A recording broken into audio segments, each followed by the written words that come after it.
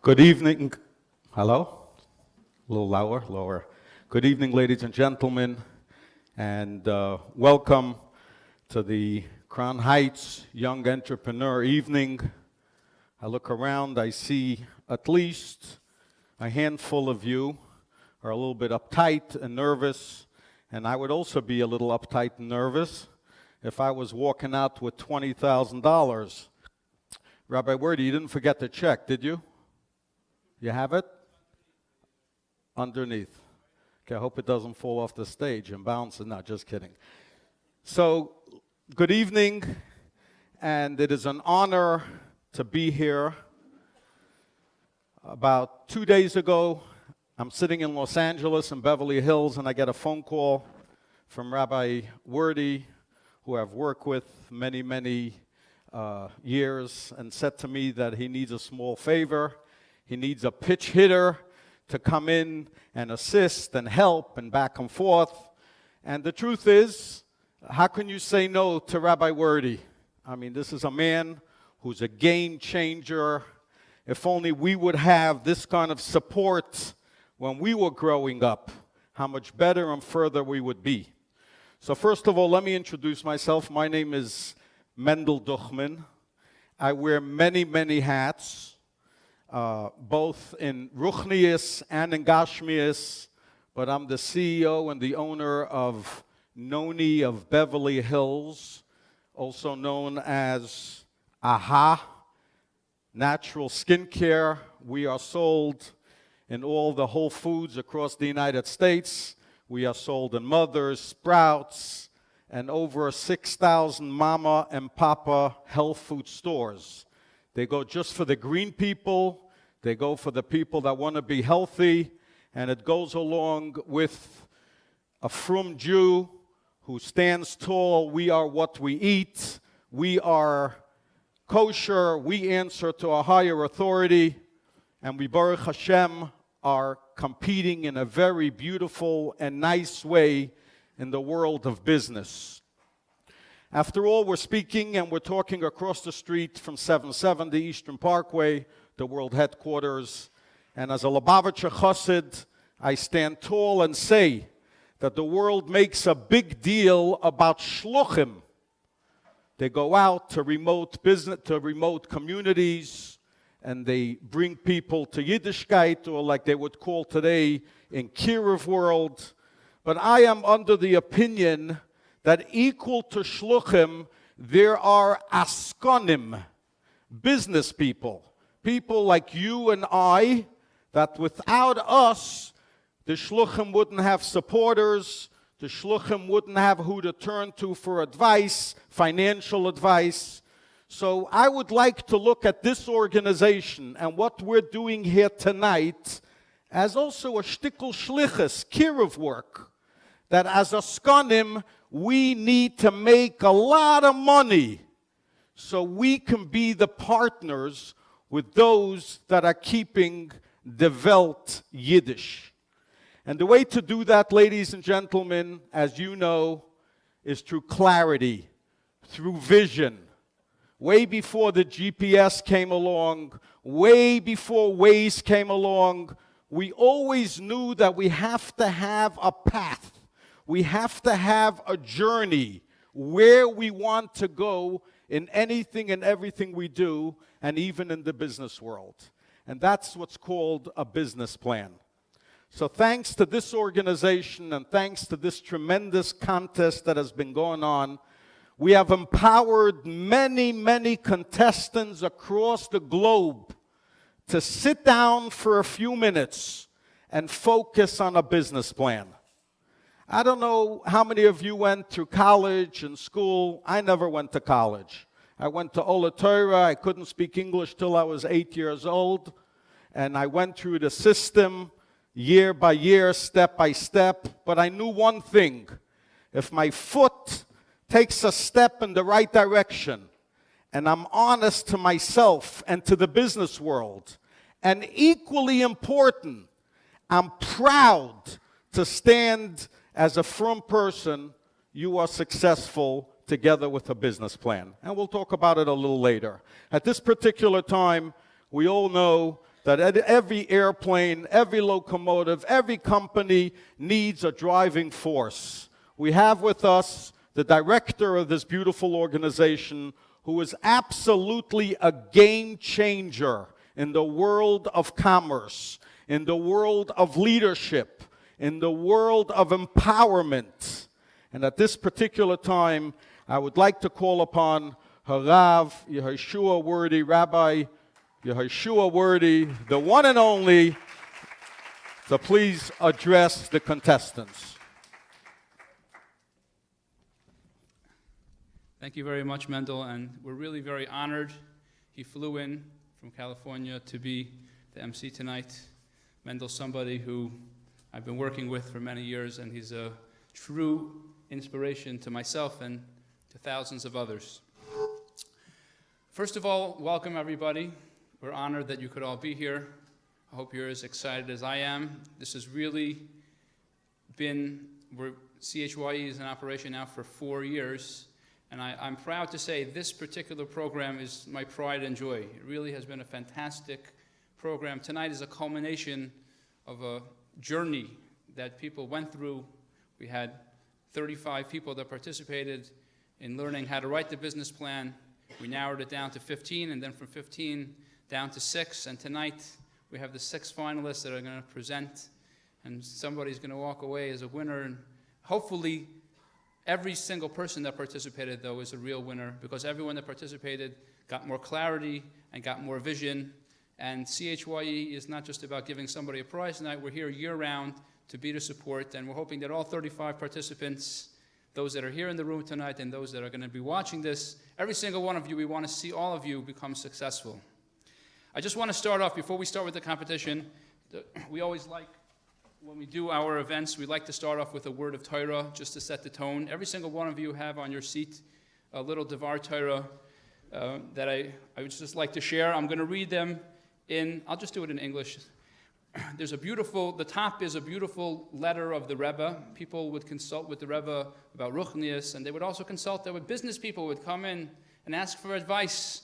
And so this is a beautiful letter. Always remember when it comes to the Rebbe's letters, it was written to an individual. It's not always necessarily a rule, but this is a pretty general concept. Somebody wrote to the Rebbe, that they thought they could put their business into autopilot for that particular reasons. And this is the Rebbe's response. We frequently see regarding many matters that they will continuously decrease if one does not add to them, or at least try to do so. Accordingly, you should work on expanding your business, although as obvious, without getting preoccupied too deeply in it. As far as you're concerned that you will be forced to minimize your set times of study, a firm resolve will surely allow you to expand your business without it affecting your times of study. So the punchline from this is that you have a business. If you're not constantly working to grow the business, it's going to stagnate. You always have to be mechadesh. You always have to take another step forward. You can't ever go into cruise control, because if you go into cruise control, something is going to happen. Competition will step in, whatever it is. Always got to be working on that business.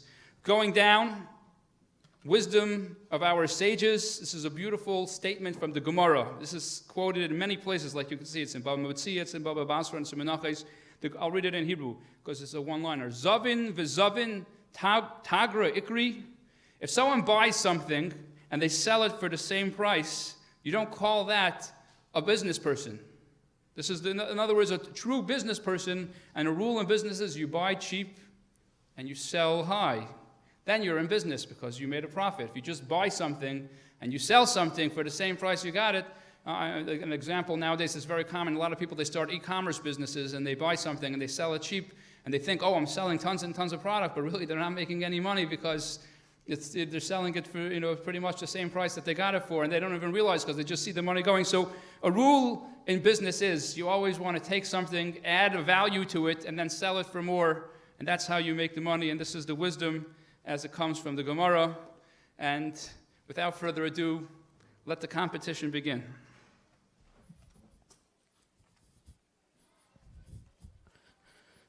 Okay, thank you very much, Rabbi Yehoshua. Are we ready? So we had to look high and low for the judges, and Baruch Hashem, we picked the 4 valuable aseh lecha rav, which means get good advice to run a business. We found an accountant, we found a lawyer, we found a design, and we found, of course, ein kemach and Torah, someone who's in the food industry. The only thing we're missing here today, and we'll know for next time, is the new way of doing business today, and that is the IT person. In my personal opinion, in my business, I think the IT industry has taken over the legal industry, the accounting, almost every industry, because the future of business is B2C rather than B2B, which we can talk about later on. But for right now, we looked high and low, and we found the top-notch judges who have given of themselves. This wasn't just simple. They've given over themselves to go over all the business plans, and I would like to call upon, for the first judge, we'll call Saul Friedman. Bevakasha, please come up to the podium. He's a senior partner at the accounting firm Saul and Friedman and Cup. Pretend there's a step here. Let me help you. Okay. Please pick your seat. Any particular way how they should sit? Oh, okay. Just stay away from the audience. Okay, no bribes, nothing like that. We have number 2, very well-known attorney by the name of Adam Eilenberg. He is the partner of the corporate law firm Eilenberg and Krauss. Please join us at the judges' table. Of course, speaking about design today, without a design you can't exist. From Spotlight Design, a leading company in the world of design, we call upon Zalman Stock, the creative director and the project manager.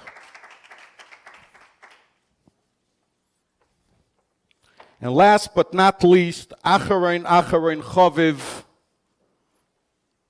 the food industry, one of the best places to have something to eat.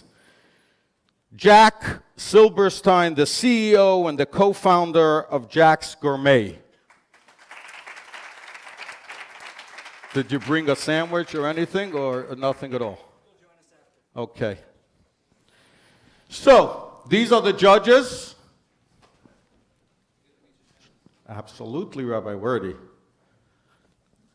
At this particular time, we're going to start from the right side, from rechts to links.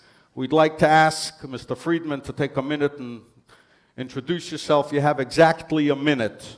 Just so you guys know that on top of you there's a little plastic bag. If you go over a minute, I push a button on the podium and a cup of water pours on to you. So please stick to your time so we can get out of here at least before midnight. Go ahead. Good evening, everybody. My name is Saul Friedman. I'm an accountant. I have an accounting firm, Saul Friedman and Company. I haven't been in school about 40 years, so I needed a lot of time to go through these remarkable business plans, put together, all of them put together very well.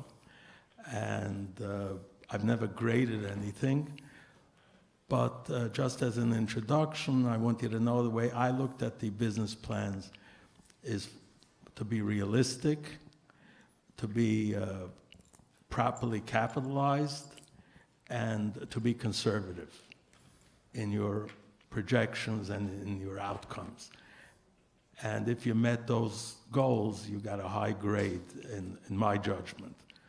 So I wish you all luck, and your presentation will mean a lot because I really believe that you have to be, as he said before, very passionate in what you do. And if your presentation or the way you answer questions is passionate, that adds a lot to the outcome of a potential business. So thank you all for coming. Thank you very much, Mr. Friedman. Passion, a key word in today's business. Next, we go to Mr. Eilenberg, Adam Arishan. Is that you? That's me. Okay. Good evening, everybody. We may have met online when I gave a short presentation on some of the legal aspects of starting a business. I do a lot of work in the corporate and securities area with new businesses, with entrepreneurs who are starting their business and growing their business. And passion is very important, and I think what a lot of investors look for in companies is the personality and the drive and the excitement of the founder, of the entrepreneur. There's the expression, you bet on the jockey, not on the horse. And the other truism is the life cycle of the founder and of the entrepreneur is longer than the life cycle of the first product. So what we're going to be looking for tonight, and what we look for with entrepreneurs generally, is how can they take this company from A to B to C? How can they grow it? How can they meet their challenges? Do they have a plan B? Because things will always take longer and cost more than you think. And we, as judges, as well as investors, are investing in people. The ideas have to be good, but they're investing in people. So we're looking to hear some great presentations tonight and are very excited about the program. Thank you very much, Mr. Eilenberg. Hatzlacha. Then, of course, we go to Zalman Stock, the Creative Director and Project Manager. Good evening. I manage a business more than I deal with the finances or the legal. And going through the business plans, I focused a lot on operations, management, and are they realistic in terms of being able to cross that bridge from where they are today to where they want to be. Can the products work? Is the market real? Is the competition analyzed correctly? And can you take it there? I think they're all very well written, and kudos to the effort that was put in, and it actually made it a pleasure to grade. Thank you very much, Zalman. And last, Jack. Good the evening, co-founder of Jack's Gourmet. Where is your place, by the way? Jack's Gourmet, we produce kosher sausages and deli meats. All our products are gluten-free, MSG-free, clean label products. We specialize in making items that were not typically available in the kosher world. They're non-kosher counterparts. For example, we make a beef bacon, which we call fakin, based on a very non-kosher product. So we specialize in making niche food items, and we've been in business now 6 years. We've grown into being an international company. Our products are available throughout the US, Canada, and South America. And we're growing at a very rapid pace. And I personally, with the company, have gone through a lot of the challenges that those of you who are starting a business will go through. And so in looking at these business plans, I was able to, it really hit home with where I've been and what I'm going through. And I'm just looking for a business plan that is cohesive, an idea that is realistic and can be executed upon. These are fantastic business plans. It was really a pleasure to go through it, and I'm honored to be here. Thank you very much. And by the way, I'd like to ask everyone to please turn off your phones, or at least put it on vibrate. The new phone rules are you don't have to be on your phone every minute. We went through that process. Now the phones are tools. Use the tools appropriately. Be present. You're here now for the next 50 minutes, an hour. Just, if you can please turn your phones off, at least it shouldn't interrupt any of us. And now we're going to get to the finalists. For the first one, we'd like to call upon Raphael Schwartz from Brooklyn, New York. Raphael, where are you? Here? No.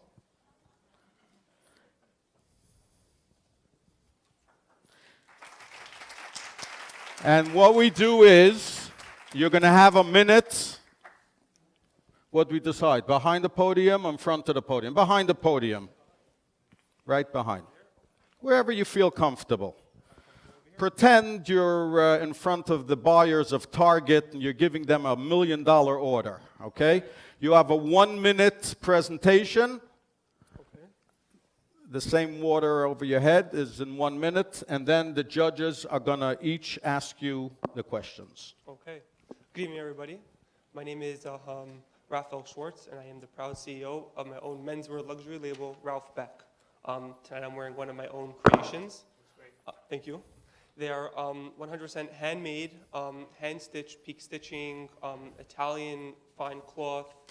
I've personally sourced all of the materials regarding cloth, linen, natural horn, buttons and everything.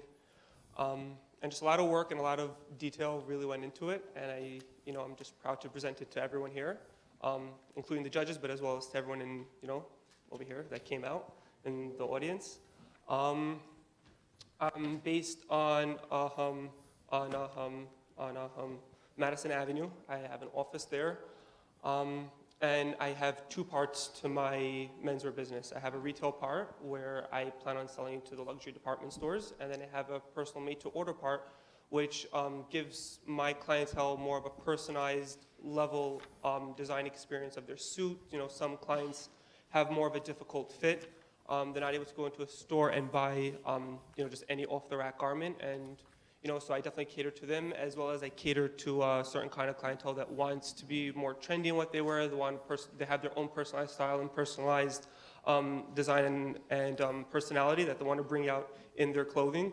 So I definitely cater to that as well. And just overall, I offer a really high-end, exclusive, unique menswear label, specializing Excellent. in fine hand-tailored suitings.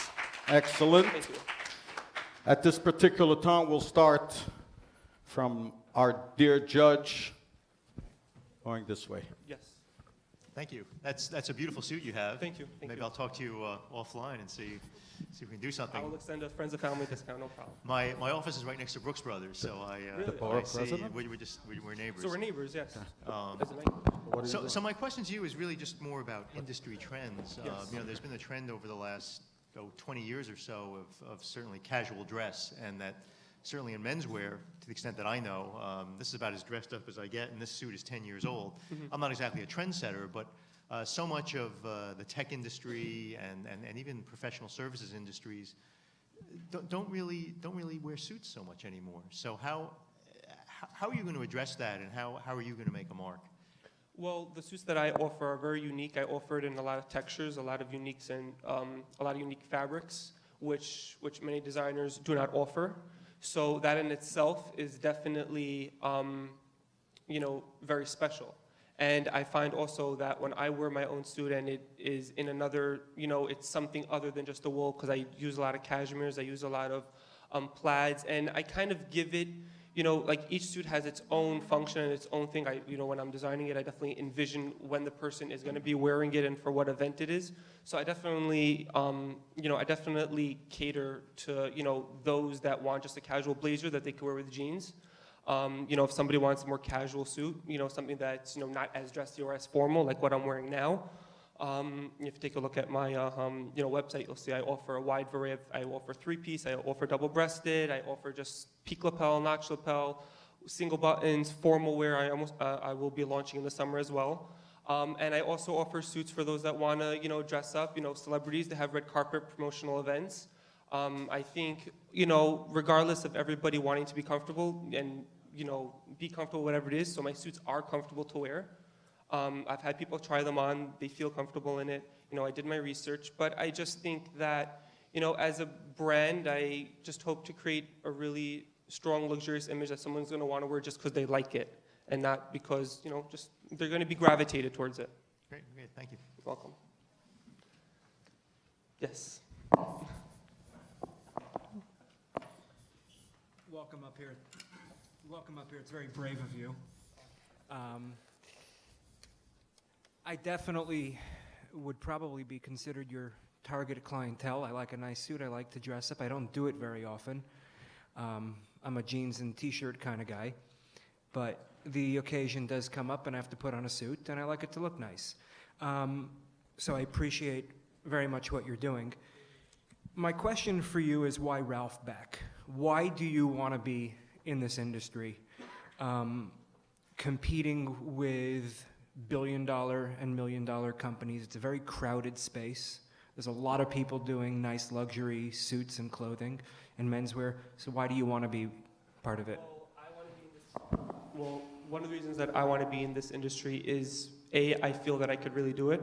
I'm really confident about it. I've always wanted to build something from nothing. You know, when I was young, I always liked building. I wanted to go into construction management and be like an architect. And I was always sketching and drawing and always having these visions in my mind of what I want to be and how I would build it and how I would go about it. And, you know, I had a friend that came to me, wanted to start a t-shirt line. I said, yeah, great, let's you know, do it. He said, yeah, you're going to be great for it. We worked on it a few days. I realized that I'm not a t-shirt guy. You know, I don't really wear t-shirts. So I said, you know, why don't I do something on my own that really represents me, something that I wear, something that I utilize, and I could really channel my creativity that I learned as being an architect, because I interned for firms, I was designing for them and things like that.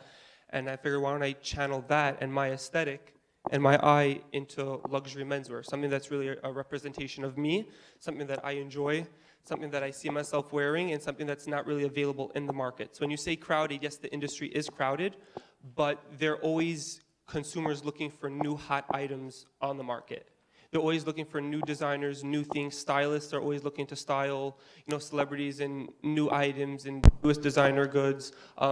Designers themselves are always reinventing themselves and trying to keep up with the market. So, you know, I think in order to sustain in the industry is you really have to be creative, you have to be innovative, you have to be unique, and you have to have a vision and really pursue it and stay true to who you are and your identity and not get carried away with everyone else and trying to compete with them. You just stay to your own and you'll be discovered, and then the results are profitable. Do you have any good ideas when you go out to eat? Not to get his beautiful suit dirty? Any good suggestions? Keep a bottle of Shout close by. Okay, excellent. I have a bib wherever I go, by the way. Okay, and Mr. Stark? Hi. Thank How are you? It was a good presentation, and some of your answers are very, very insightful. Thank I'm you. wondering, you didn't mention in an obvious way, but it seems to be obvious. I just want to clarify. Do you design all the pieces yourself? Are you the designer? I am the designer of all the pieces myself, yes. I go to the manufacturer, I bring them sketches. Well, first I find the fabric. I have to source the fabric, source the materials. I choose things which aren't used, making it more exclusive. Since I'm not a huge fashion house yet, I can't manufacture my own cloth, which is frustrating. So I have to find fabric that isn't really used by anybody else, and especially at the quality level and everything, you know. So I choose the cloth first. I get a ton of books. Then I sketch out. I have a vision in my mind, where you get the inspiration from, and whatever comes to you, you just design it and you just bring it out. Thank you.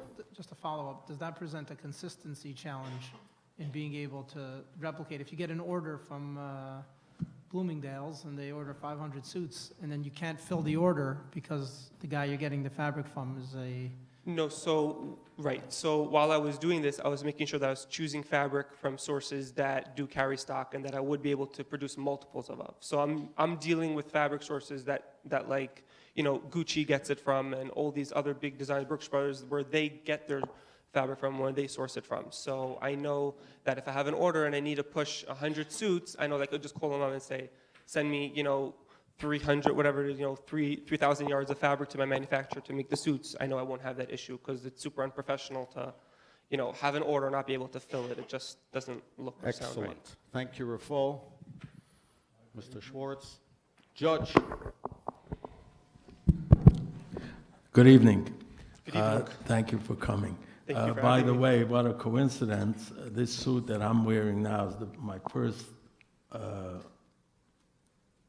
specially tailored suit I ever wore. And you feel good in it, right? And yeah, I feel good. People tell me I look good in it, so I guess it means something. I never bought a suit made Money to well order. spent, right? Yeah, but it was made to order in a different way that you're suggesting, and the prices that you have there, I wouldn't even go into the store. My kids would spend it, but they always say they have a rich father, so they can spend that money. By the way, there's no gifts, okay? Whoever wins, you don't send suits to anybody or anything like that, okay? Okay, Just yes. making sure. My basic question to you is, I didn't get it from here, is you have a store on Madison Avenue? So I have a showroom on Madison Avenue. It is a virtual office. I pay, a monthly fee for it. I get a receptionist with it. I get, a whole package. And while I was looking because I knew that in order for my business to get off the ground, I need a base. I can't work out of home. I can't work, hopping around the place. I need to have a steady base, someplace that I can bring clients to and present and fit a suit, and present.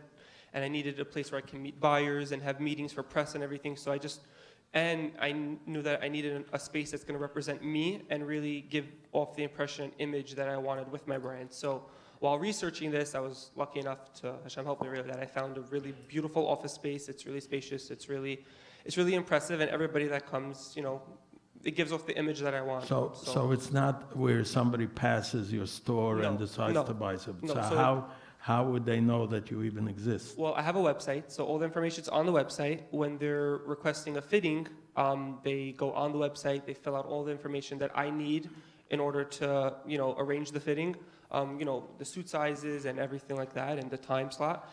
And then I send them a confirmation email that has everything in there. I tell security at the desk, so-and-so is coming up, so when they come in, they don't have an issue. It's just they go right straight up to my office and I greet them.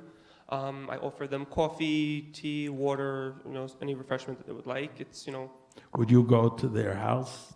So people have asked me that.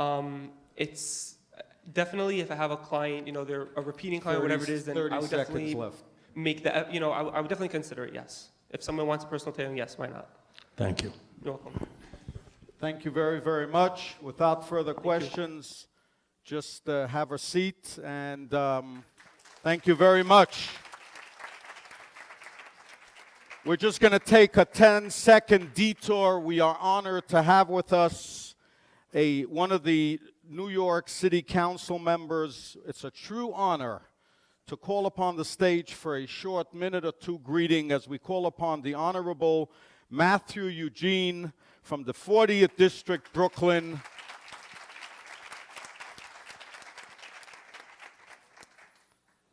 Mr. Eugene specializes in something that's very close to my heart and to many of these entrepreneurs, and that's our youth. Our future is the youth, and may you have the strength and the energy to continue leading us, please. Thank you so very much. I just want to say one thing. Mr. Eugene is in the 40th District, which starts from Empire Boulevard and Crown Heights, and the Crown Heights community is expanding further and further into that side of town. We're becoming more and more of your constituent, and we're really honored that he came to be here tonight. He's a big supporter of everything that goes on in the greater Crown Heights community. Thank you very much. Thank you. Thank you so very much, and I'm going to be very, very brief. As you know, my name is Matthew Eugene, and I'm the New York City Council member representing District 40. It is a great honor for me to be here. I just want to take the opportunity to thank Rabbi Reddy for inviting me. Thank you so much. And I want to thank also all the wonderful people who are helping you. I think that everyone who is involved in this program is wonderful because this is a wonderful program. Wow. It is a wonderful program because we all know that businesses are the backbone of United States economy. And as a member of the Small Business Committee in the City Council, I've been always in the forefront, of the advocacy for business people. And I'm so delighted to see all of you here who are working hard to make this program possible. You are doing this because there are many people. We say that United States is a land of opportunities, but there are brilliant, wonderful, intelligent people. They have an idea.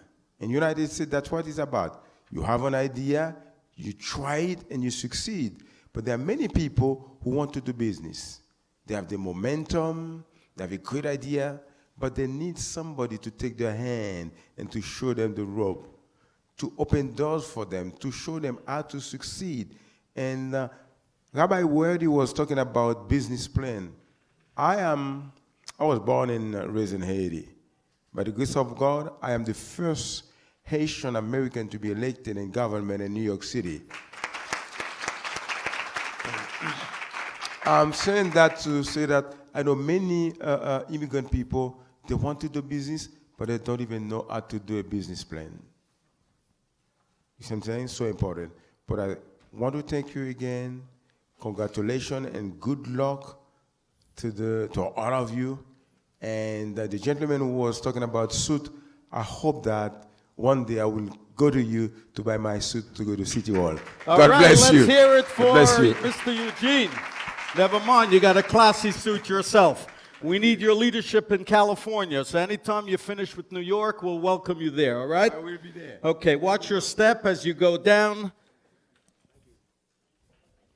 Thank you very much. Let's hear it again for our council member.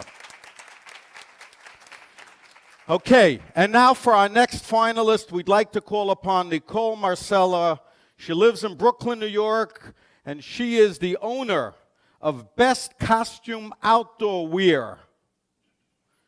Bevakasha, please come up and try to convince us and the judges, this is your final touch, to convince them why the $20,000 should be made. Who should we make it out to, Nicole Marcella or to Best? Are you a corporation? I'm a corporation. Okay, so you'll discuss with the accountant to whom we should make the check out to, okay? Okay. For the time being, please give us a 1-minute presentation, and then the judges will fire them up. Okay. All right. Put simply, best costume. Can I just put this down here? Okay. Best costume is an outdoor wear clothing for women and girls that both incorporate sneas and beauty. Most of the swimwear that is sneas, that's on the market right now, is made out of Lycra, and it's tight-fitting, and it's uncomfortable to wear. My big idea is that I'm going to be making outdoor wear and swim clothing for women and girls made out of the same fabric that men's trunks and raincoats are made out of. So the fabric is non-clingy and very, very quick drying. It's also rain repellent and it has SPF 50. The business is going to be direct to consumers, so it's going to be an online business. There's not going to be any middleman, and the clothing will be sold directly to consumers online. Thank you, Nicole. And now we turn to our honorable judge.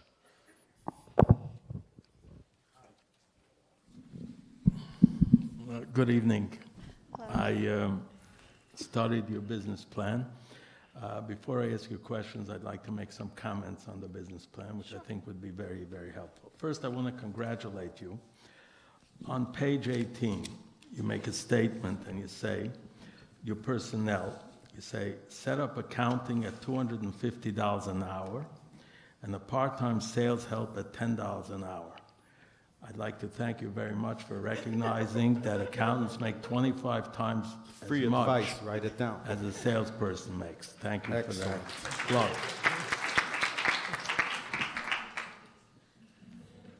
What you have going for you is between yourself and your family and friends, you've invested 4 times as much as the $7,500 that would be given out here as a prize. And that shows your faith in this business, that you're investing your own capital is 4 times as much. You're investing $30,000. The third comment I want to make is that I studied your projections, and your projections basically are done in a way where it shows a much weaker position than you really have for 2 things. First, I want to point out that there's a mathematical error in the summary of page 1. If you look at page 22, not to bore you, you're coming up with the ending cash balance of $5,721, and if you'll study it, you'll find out that your ending cash balance is over $41,000. So you're far better off after the first year. Secondly, and this goes for everybody, you were kind enough to help Obama, President Obama, and the country by putting in a 25 or 35% tax in a situation like this with the small amount of profit that you're making. The tax will probably be 0 or close to 0. So you have that, you have that cushion as well. So in your particular in your particular thing, you have taxes of business taxes, a total Mr. of Friedman, you probably- have another 60 seconds. Okay. Well, I want to be helpful to the people, not only ask questions. Thank you. Okay. My only question is, in terms of limited market, this would be basically to Jewish women, tznius women, that's one minority. And then tznius women that do exercise, that's a minority of a minority. How do you define your marketplace? Well, I don't see this just as tznius women. I believe that the market is much larger than that there are women that appreciate modesty outside of the Jewish community. I was just online this afternoon having an interchange with a Christian blogger who also would like to have a more modest thing to wear outdoors.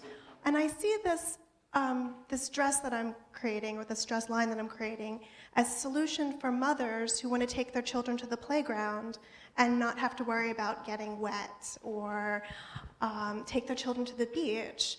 I'm thinking about little girls who want to go to camp and can wear the same dress on the camp bus and then go swimming and wear the same dress coming back.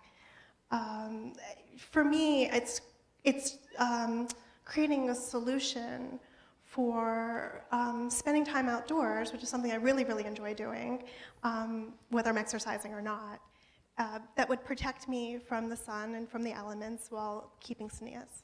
May I also make a comment in the world? I think modesty is becoming the in thing, just like kosher and different things. People are answering to a higher authority. Thank you very much, Mr. Friedman. Mr. Stock, Judge Stock. I'm going to go straight to the question, and that is a lot of, because this is outerwear and it's something people will be wearing in public, and it's replacing what's currently on the market for, especially in the swimwear line, it's going to be very fashion driven. How do you intend to design the line, market the line in a way that's going to be fashion forward and meet the broader audience as opposed to just the narrow audience from women? I believe that there's a trend in women's wear right now. Like the dress that I'm wearing is not specifically designed for from women. I bought it at a sample sale where I was definitely the only person that was in a Jewish community, in an observant Jewish community. And I'm very good at looking at trends and knowing what modern women would like to wear. Going forward, I would love to bring on more designers, but that's in year 3, 4, 5. Until then, I mean, I just think that the swimwear that's on the market right now, the from swimwear that's on the market right now, is not fashionable, and that my dresses would be a huge improvement. Thank you very much. And now we'd like to ask Jack. First of all, thank you for, putting together this plan and coming in front of us. You certainly are very accomplished. I was reading through your resume, and you have a lot of experience as a designer. And I think you're very well qualified to start this business. Your business plan is very well written. You have a lot of information here. So let's assume that you start this business.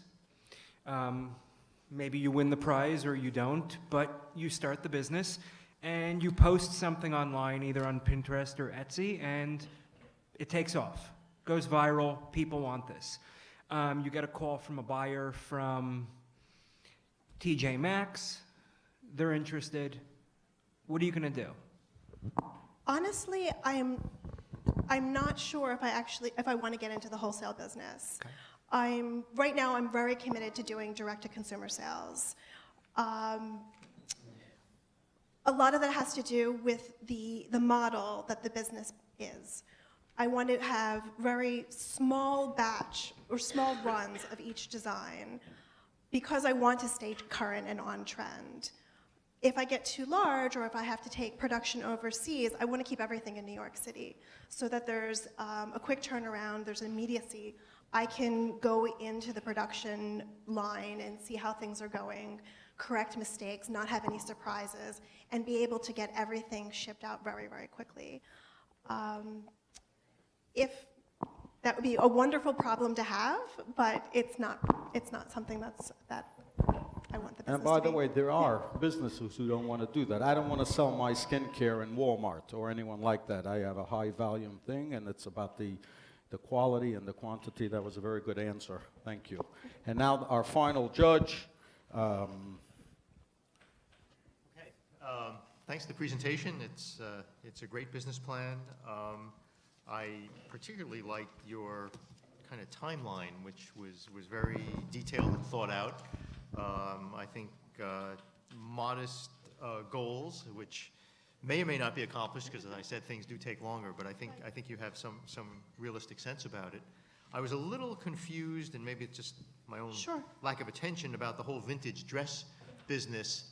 It seemed to be like, where'd that come from? And I know you referenced it up front. By the way, vintage is a fancy word for schmatas. Yeah, That's correct. Just so you know that, okay. but I'm saying I thought this was a bathing suit company, and It is. Right. It is, but because bathing suit sales are cyclical, I would Right. love for this clothing, because it does look like a regular dress and not like a swim dress. Right. That it could be something where I could have sales year round. But at least for the first 2 years, because I'm doing such small production runs, and Right. because there is a barrier to entry, like it's a very, very new concept, that I'm going to be bootstrapping my production runs and my production costs by using what has been successful for me, which is a vintage sales model, where I can buy the vintage dresses on a wholesale market and then sell them for a pretty large markup with very low overhead costs. And that's how I'm going to churn capital for the first 2 years. no, I think that's a great idea.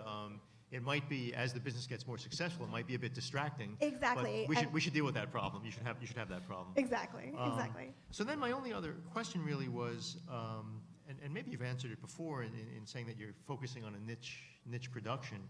I've seen stuff in the popular press about this. I saw something just within the past month or two, I think about 2 Muslim women in America who were doing more modest swimwear, and it was, and they were meeting some success. I think it was on a higher scale, and I don't know if it was as sneistic as what you're doing, but there are people in the space thinking about this. So you'll have to distinguish yourself in some way, either focusing on a narrow market or a different kind of product or a different design. It's a challenge.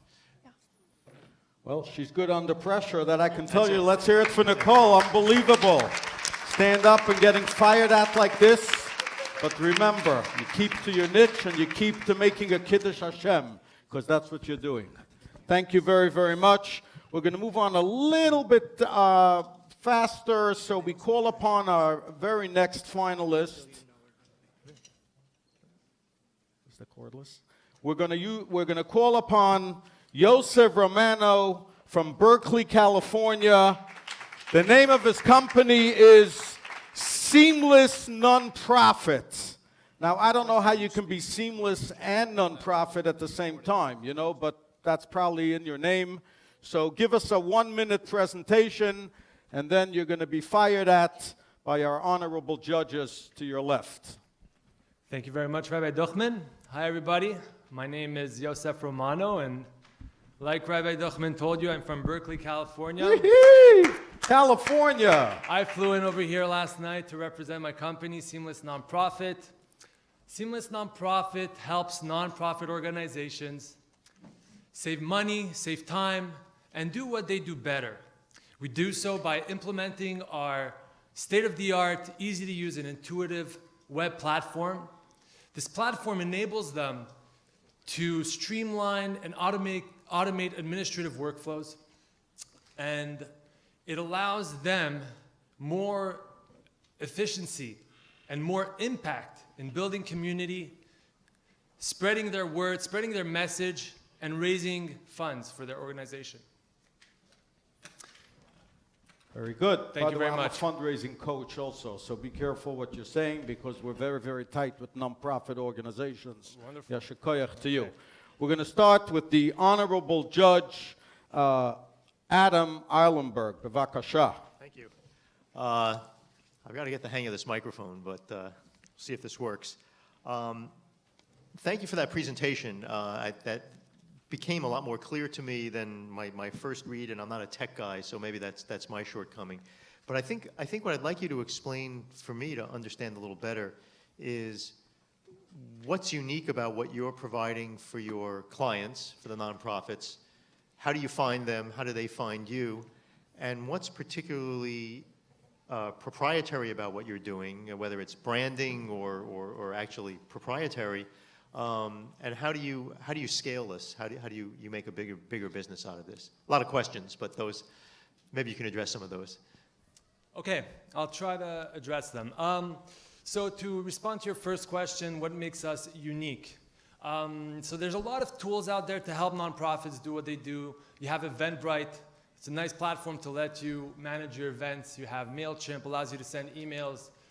A lot of different tools, helps you do what you need, but at the end of the day, you end up with many different platforms to manage. Your data is scattered between different silos, different databases, and if you want to access your information from one platform and use it in another platform, it becomes a whole transition that you have to do. There's human error involved. It's time. It takes a lot of time, and it's inefficient. It's inefficient. So what we do is we bring all the tools that are generally implemented for workflows for nonprofits, and we bring them into one platform, one database, and you could access your data from any aspect of your organization at any time. How do we find our customers? It's a journey to find that out, but we do some marketing, we do social media, some branding, our website, and we're out there. We're pounding the pavement, and we're out there. If you're a nonprofit, we're going to find you. Thank you. Thank you very much. Jack? Well-written business plan. You obviously put a lot of time into this. I know that this is a business that has been around for a little bit for you. You have some experience doing this. The question that I have for you is kind of personal. For me, I have found over the years in my business that, yes, there are multiple platforms that you need to run a business, especially when it comes to the tech side, website, and everything involved in that. But what I have found is every time I try to combine everything into one system, I end up making a bigger mess than I had before. And I found that there really is no one glove that fits all. And I've gotten used to, having a few different systems, and I'll just export all the data into one Excel spreadsheet, and you can merge it together. And I found that is efficient and very cost effective. So how would you answer that to somebody that you're trying to pitch this idea, and they're going to give you that? Good idea. So like yourself, many other nonprofits also have used other solutions. He's a prophet, by the way. I know. Yes, I know. I'm very familiar. I just want to make sure. I like those hot dogs, but I'm aware. So like yourself, many nonprofits use systems that they find inefficient and difficult to use. I don't think they're necessarily inefficient or difficult. Okay. So your complaint is that creates a mess. No, I found that when you try to just bring everything together, you sometimes end up with a bigger mess than you had before. I'm questioning the need for what you're offering from a fundamental standpoint. I see. As myself, I've worked in nonprofits. This is how I actually got into this business. I've been working for a nonprofit for the past 5 years, and it's extremely efficient. And all our customers so far who are using it are saying they're saving tons of time. It's slashing down their time in administration by half, and it's only allowing them to be way more efficient. And the data's there when you need it. It's quick, and it's ready to go. Does that help people keep it simple? Is that the? It's about keeping it simple, and whatever the computer could do that you don't have to do, it does for you. That's the idea. Reb Zalman, Mr. Stock. Great presentation, and from all of them, this one is the most up my alley, and it holds up pretty well. All right. I want to talk about a couple points, some that Adam started, but I don't think they were adequately answered. You're selling essentially a subscription to an open source product. Correct. Okay, so the software already exists in raw form, but it exists as a technology. You're packaging it and renting it out to people. What type of ownership do they have on that data? What type of ownership do they have on the platform that you're building for them? And are they not risking, if they leave you in 6 months from now or a year from now, they're much worse off than they were when they started? That's the first part of it. The second part of it is, it's priced very well, and you're not priced as a premium. But there are more premium competitive products that are built on models like the ones you mentioned, such as those built on top of Salesforce, which is not only much more powerful and it's going to be more expensive, but it's much more integratable. And this is a little bit something that Jack was talking about, and it's sausages, not hot dogs. Thank you. That he was talking about, where does this product and how does it handle integration with other things that it does not do? Is the question, how does he compete with Salesforce? No, the question is, number one, what's the ownership model, and do people actually have a product, and do they own their data, and how do they access that at any time, and that part of the business? Because really you're renting out something that's free, Right. in a certain Couldn't sense. answer that. But that also lends to a competitive. The question, if you want to answer it, is how do you deal with competition? Anybody could come tomorrow, take the same Civi CRM, build what you built, copy as much of yours as they can get away with legally, and then compete with you. So what do people own, and how does that differentiate you? The second part of it was. Let's keep to the first Start one. with one. Answer that one. All right, thank you. Okay, so let me address your question. So what do they own? When they get the platform, if they go on our subscription model, what they keep to themselves is their data. So if ever they decide to exit, we send them a copy of their database, and they could run with it. They could do whatever they want. In Civi CRM or just They could do their own export into CRM, Let's but I will not get also too send them. technical here. Yeah, I will also send them a copy of their database, but the code we keep to ourselves. In terms of being able to create their own product and implement Civi CRM themselves, they can definitely do that. If they have an IT guy internally, they could go ahead and do it. If you go to any Civi CRM shop, they're not going to really look at your project unless you have a few $1,000s to invest, and that's a small project, right? So what we're doing is we're making available at a smaller price and an ongoing relationship basis, and we're keeping the product tight. Meaning we're not allowing other integrations for our subscription base. However, if a customer comes to us and he has a bigger budget and says, I want custom and I want this integration, that integration, we'll build it custom. We'll give them access to everything. That's going to be a different vertical through which we could be profitable. Thank you very much, Joseph. I think he touched on it, and now we'd like to go to Mr. Friedman, our beloved accountant. So I can't resist asking an accounting question.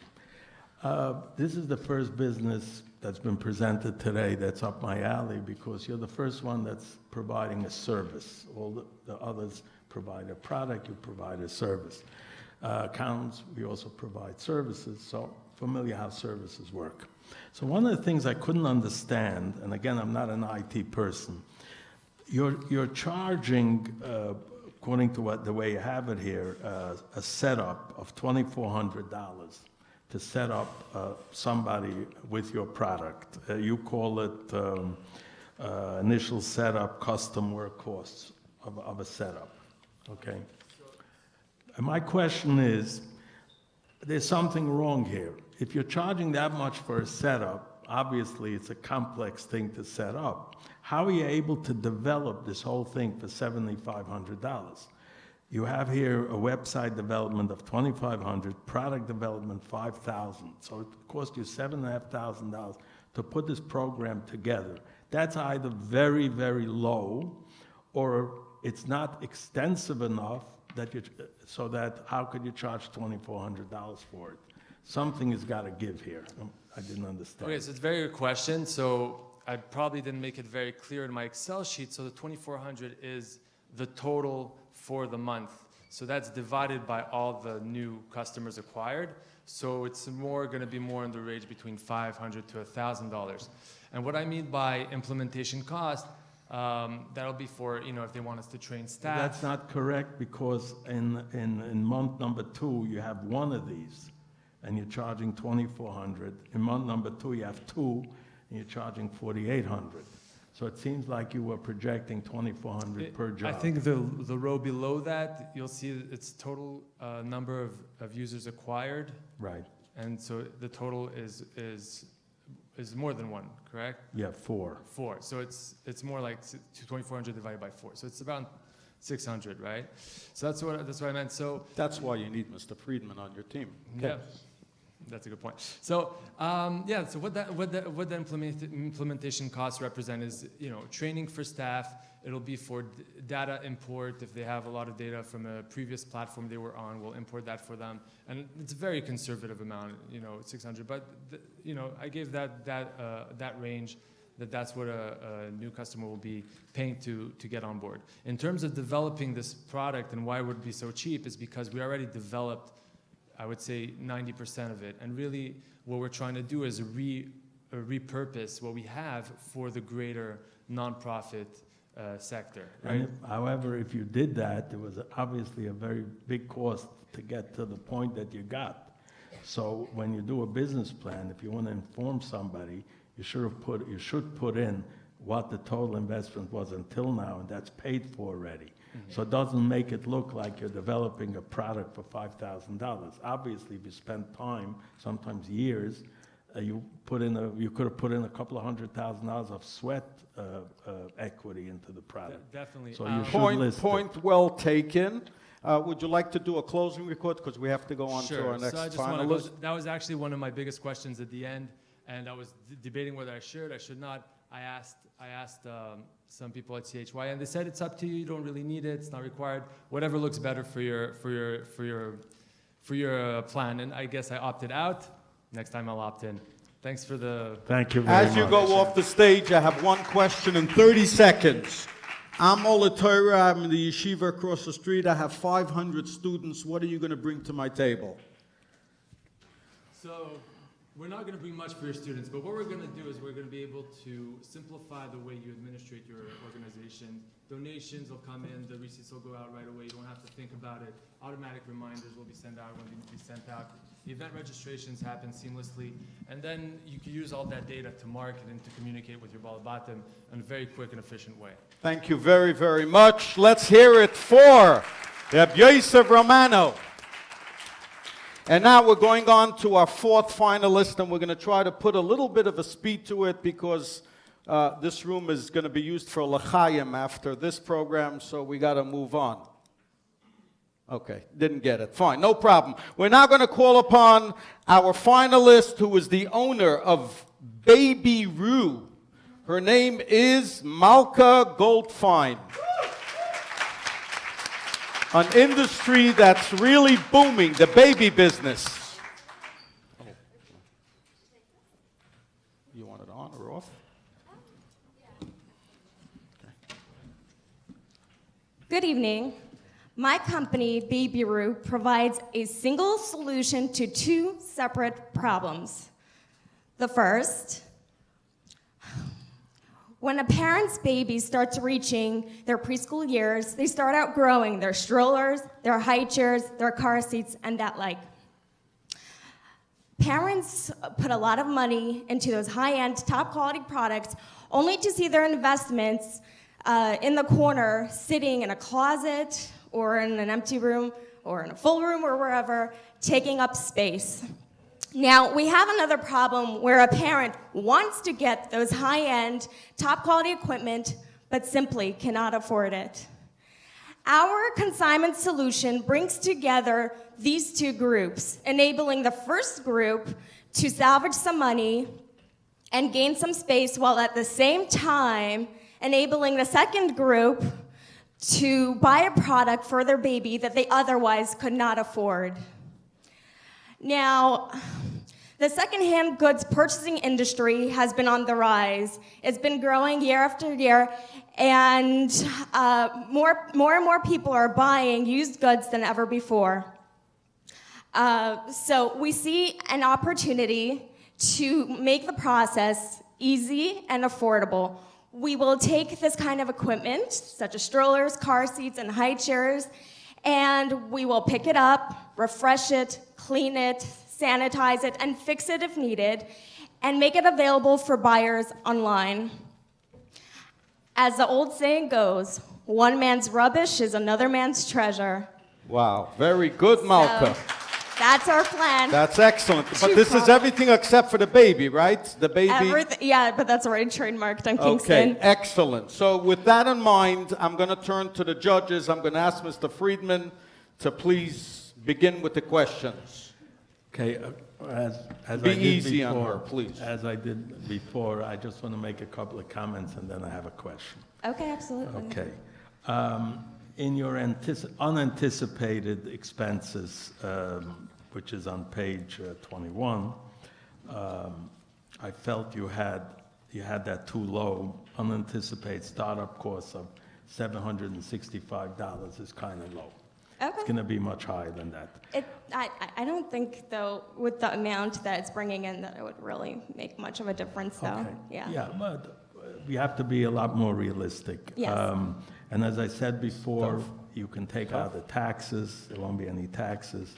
And one of the things which you should monitor, which this projection doesn't have a line for, is if you will really earn the 40% gross profit.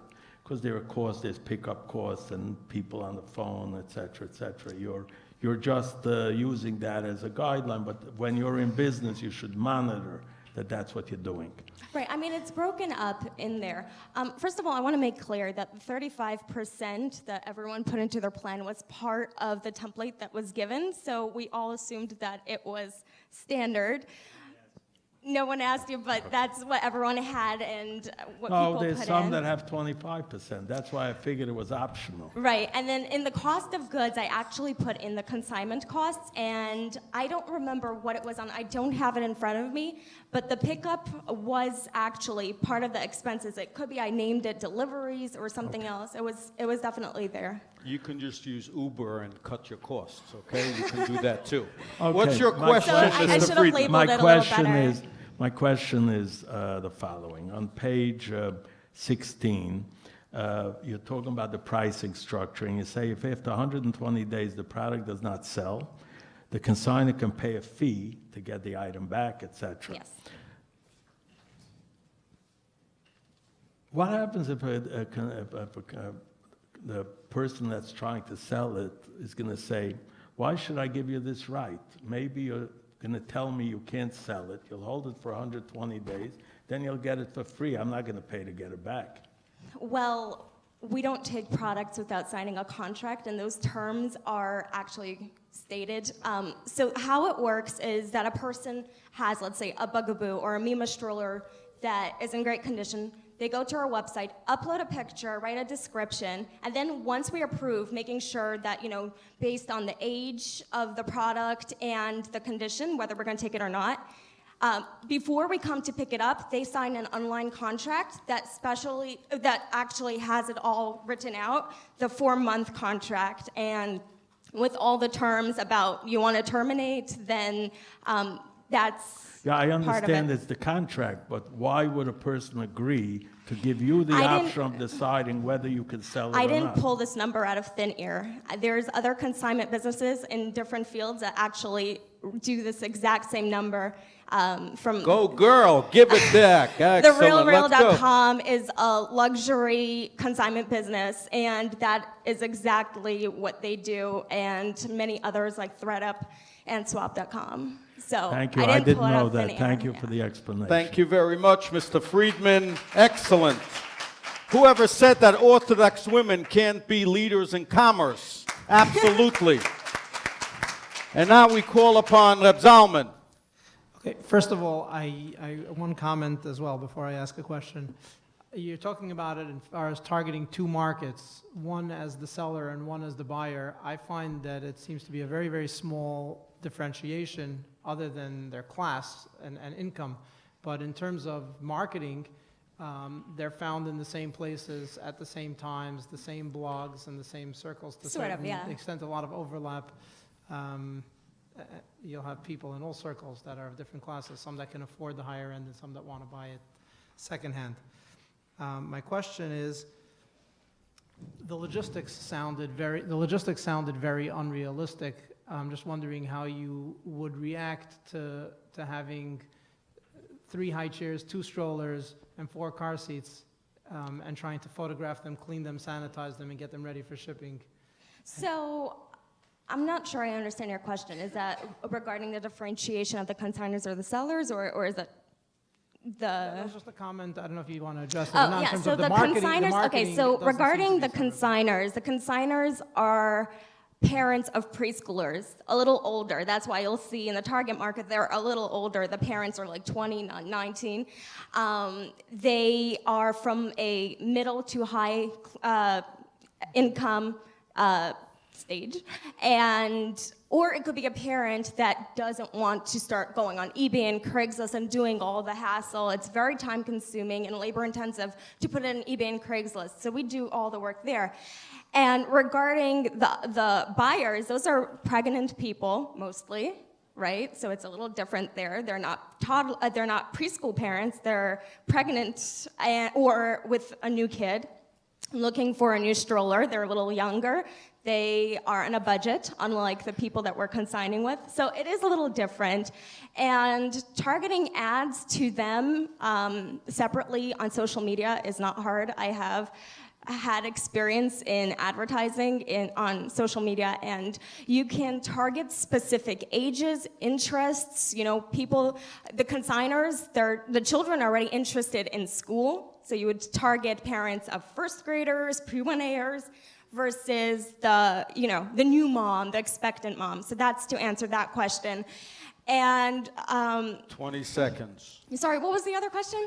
The logistics sounded a little bit, it'd be tough. The numbers The that you're turnaround. projecting. How are you going to turn around from Where are you getting- going to put all those products? And you have Okay, to clean so in the them and first get 2 rid of months, them. we're expecting a lag until the advertising is going to pay off because we're not getting any consignment because we don't purchase inventory like regular retail. So we're going to start in my apartment, my second bedroom, and then after 2 months, we're going to get a vanilla box room, which is going to cost us about $1,000. We're going to store it there, and then as soon as we outgrow that, we're going to move on to a bigger place and get help as we need it. As if I expand quicker than you think, then I will get help and expand quicker than expected. There's a vision there. Thank you very Yes. much, Mr. Stock. Thank you very much, Malky. Good luck. And we're going to ask Mr. Zilberstein to please fire away. Thank you for coming and being here in front of us and presenting us with Pleasure. your plan. I know it's nerve-wracking. Very. The first time I got up in public, I almost fainted. So I understand it completely. Your plan is very well thought out, very well written, a lot of detail. I was able to get a real sense for what you're doing. I think you're confirming it by what you're saying. And I think it's a really interesting idea that has a lot of potential. And I think that you may really be able to execute it. My question is in regards to the product itself. So obviously safety is a concern, the integrity of the product, the quality of the product, like you mentioned, how old it is, because there's safety recalls and things like that. In your plan, you mentioned having a driver of a truck to go Yes. around. You're going to start small. You're going to start local in the New York area Yes. to go around and pick up product. Yes. Which is not cheap. It's Right. pretty. That's our biggest expense. It gets to be very expensive. Right. In California, they have Uber. Seriously. They don't have that here on the East Coast? We're a little behind. Oh, okay. So how are you going to deal with, obviously you're going to have to hire somebody, right? I'm sure you're not Right. going to go and do that yourself. How are you really going to ensure that the product that you're getting is of the quality and integrity that you need? And let's say it's not. How are you going to deal with then getting it back? Because now it's expensive to send the product Absolutely. back. Right. Okay, so first off, we will be hiring a driver on a per diem basis. We are going to be paying per day, so the person is not going to take the things because it's not going to be commissioned. So they're going to have a strict guidelines when they're going to come. They're going to check their papers. Okay, check the buckle, check for mold, check for the brakes, make sure the brakes are working, make sure it folds. They have a whole standard guidelines, and don't forget that they're first going to upload it onto the site. And we're first seeing the description, the condition, and then let's say it does arrive in bad condition, something was, not seen, then we have the contract where it states if it comes in not the condition we were expecting, we either keep it or they pay for the shipping back. But what if somebody who's selling you something comes to you and complains and says, well, your driver inspected it, they said that it was of sound quality, you should send it back to us at your cost? Assuming that there's nothing too wrong with it, I don't see why we can't sell it for a lower price. And worst case scenario, we can always donate it. So would it be fair to say that maybe your weakest link in this plan is going to be the person, the driver, picking things up? Can I just say something? ThreadUp.com does millions of, they consign millions of clothing. They are worth a whopping $400 million. Investors are so interested in their secondhand goods that they take from people. People put it into a bag. There's no inspection. They send it over, and they get it.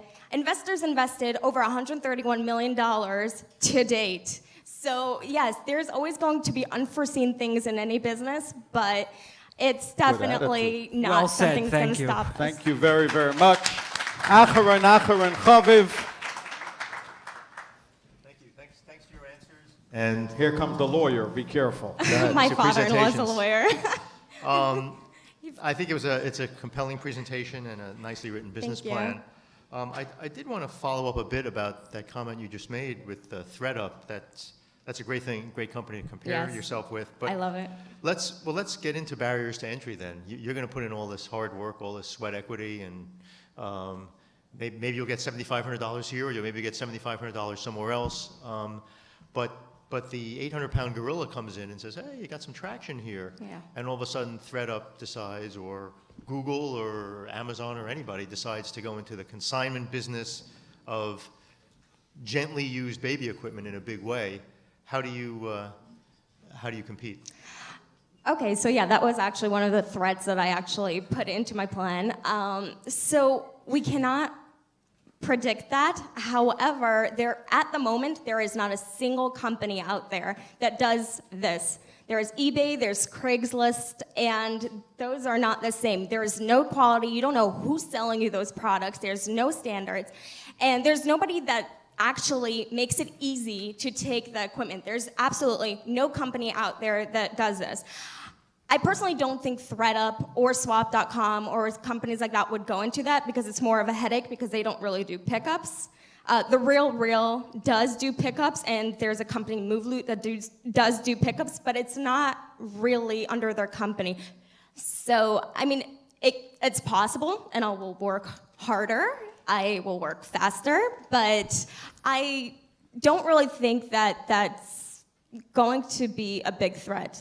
Let me offer another answer that you might offer when investors or people say that, and that's a great answer that you had. The other answer is that this may not be in the sweet spot of Craigslist or these other companies, and they may say, this is kind of interesting. Why don't we just pay her $10 million and we'll buy it? Well, She'll say yes. And that's how many people talk about exits in startups, and that's always the question: what's your exit strategy? And people say, "Oh, I'm going to do an IPO." Well, that's not really how things happen. Very rarely, it's that an 800-pound gorilla comes in and says, "Hey, this is a clever idea. This is not our sweet spot. We don't have the bandwidth for this. Let's just pay the people and buy it." So. I think if somebody asked you that question again, say, yeah, there's competition. We're going to be there first. We're going to establish a brand. We're going to be out there, first and do it best, and somebody will buy us. absolutely. There's Good luck on actually... it. You've heard it right here. Thank you. $10 million. Thank you very, very much, Malka. Good luck to you. Thank you. And now we're going to call upon, how are we doing on time, Rabbi Wordy? We're okay, we're 12 minutes late, is that okay? Should I put the metal to the pedal, or what does the audience think? Great answer, don't all answer at once. At this particular time, we're gonna call upon Reb Yitzchak Shulkin from Morristown, New Jersey, who is the owner of Veloboom. Bechavot. You have a 1-minute presentation, and then you're going to have the judges. They're going to hit you from all sides. You ready? Huh? With the water. Yes. Yitzhak Shulkin with Veloboom. Thanks so much for all the effort for everything.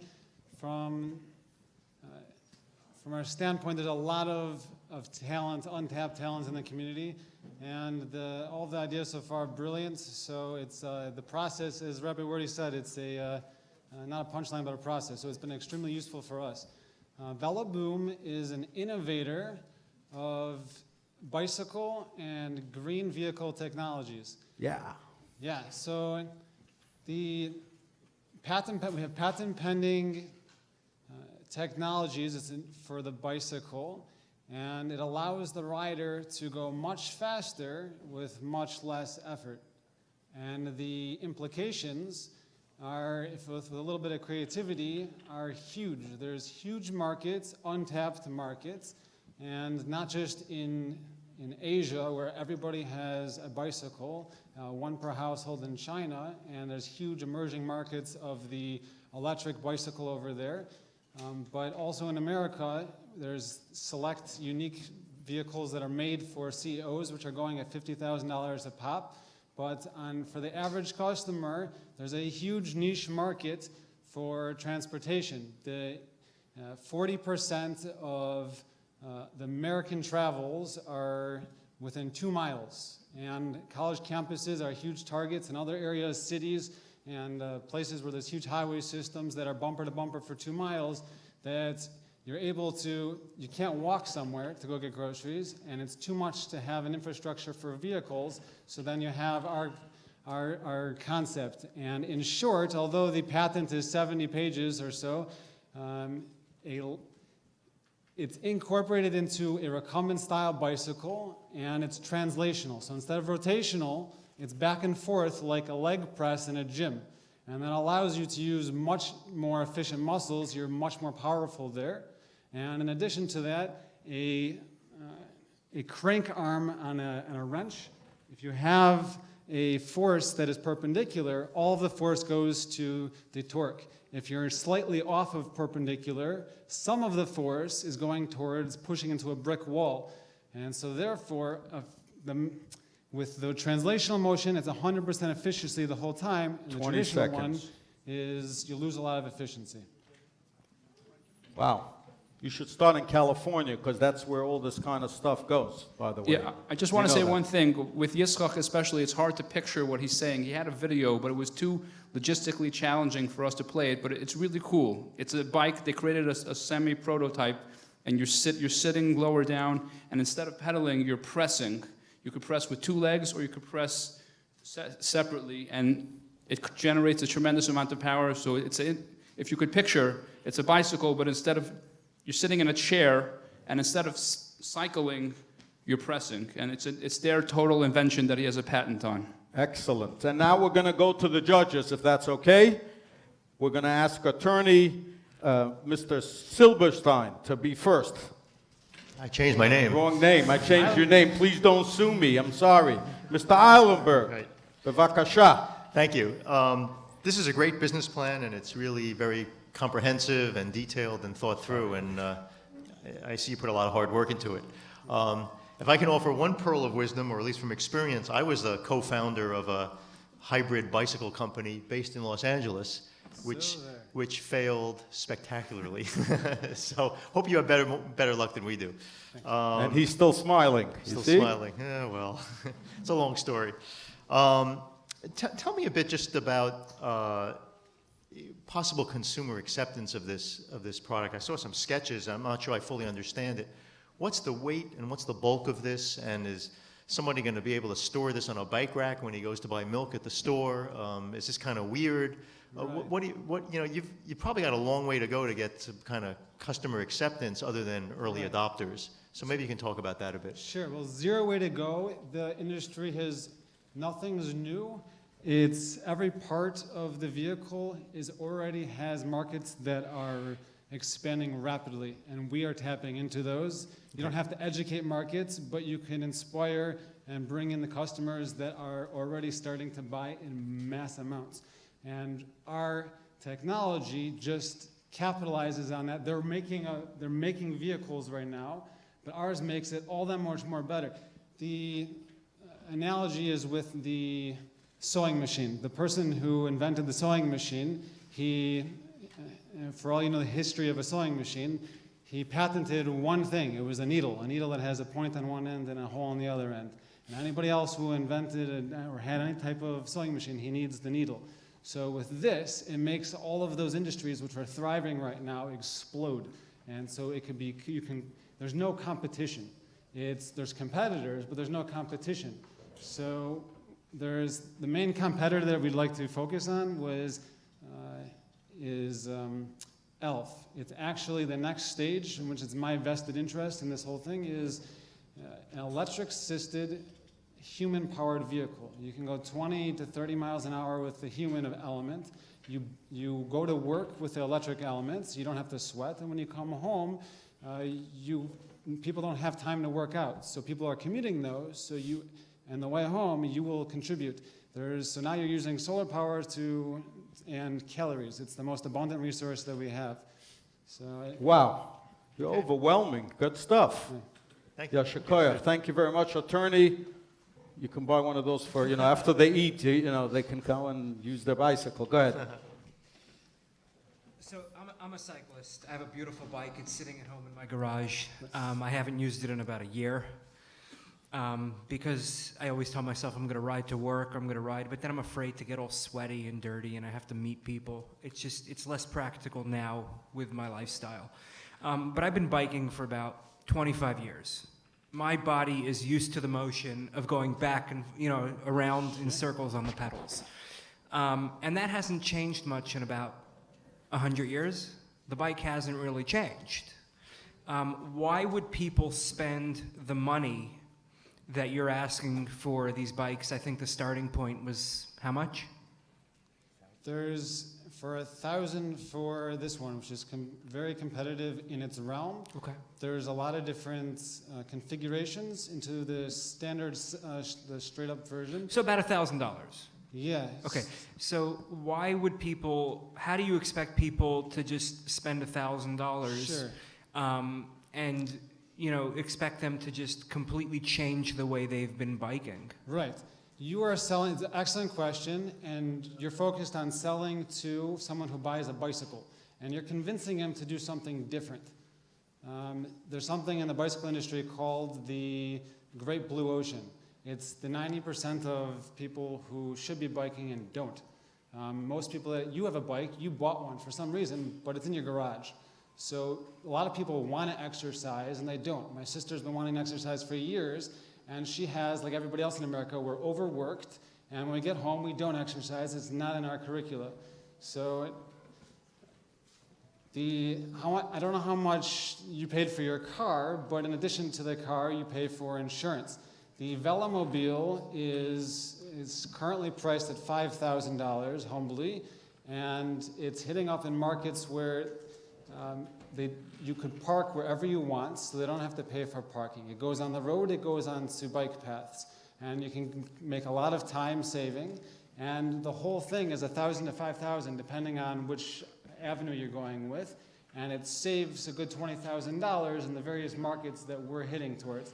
So that's why people are buying them on campuses in bulk now. That's why on campuses people are buying in bulk. The Elk itself has a humble starting. It's designed by a race car enthusiast and bicyclist in California, and it had a humble 450 sales last year. Actually have one made?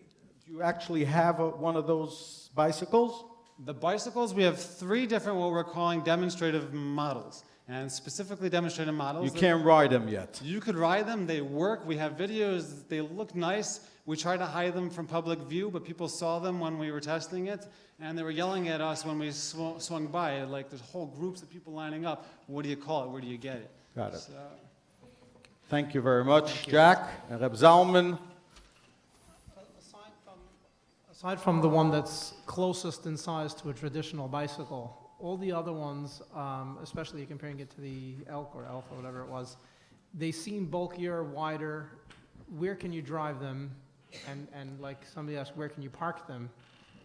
It just seems like a very bulky product to move around. And is there legal aspects? Are you dependent on cities and towns and all kind of legislative things to make it work that may or may not happen?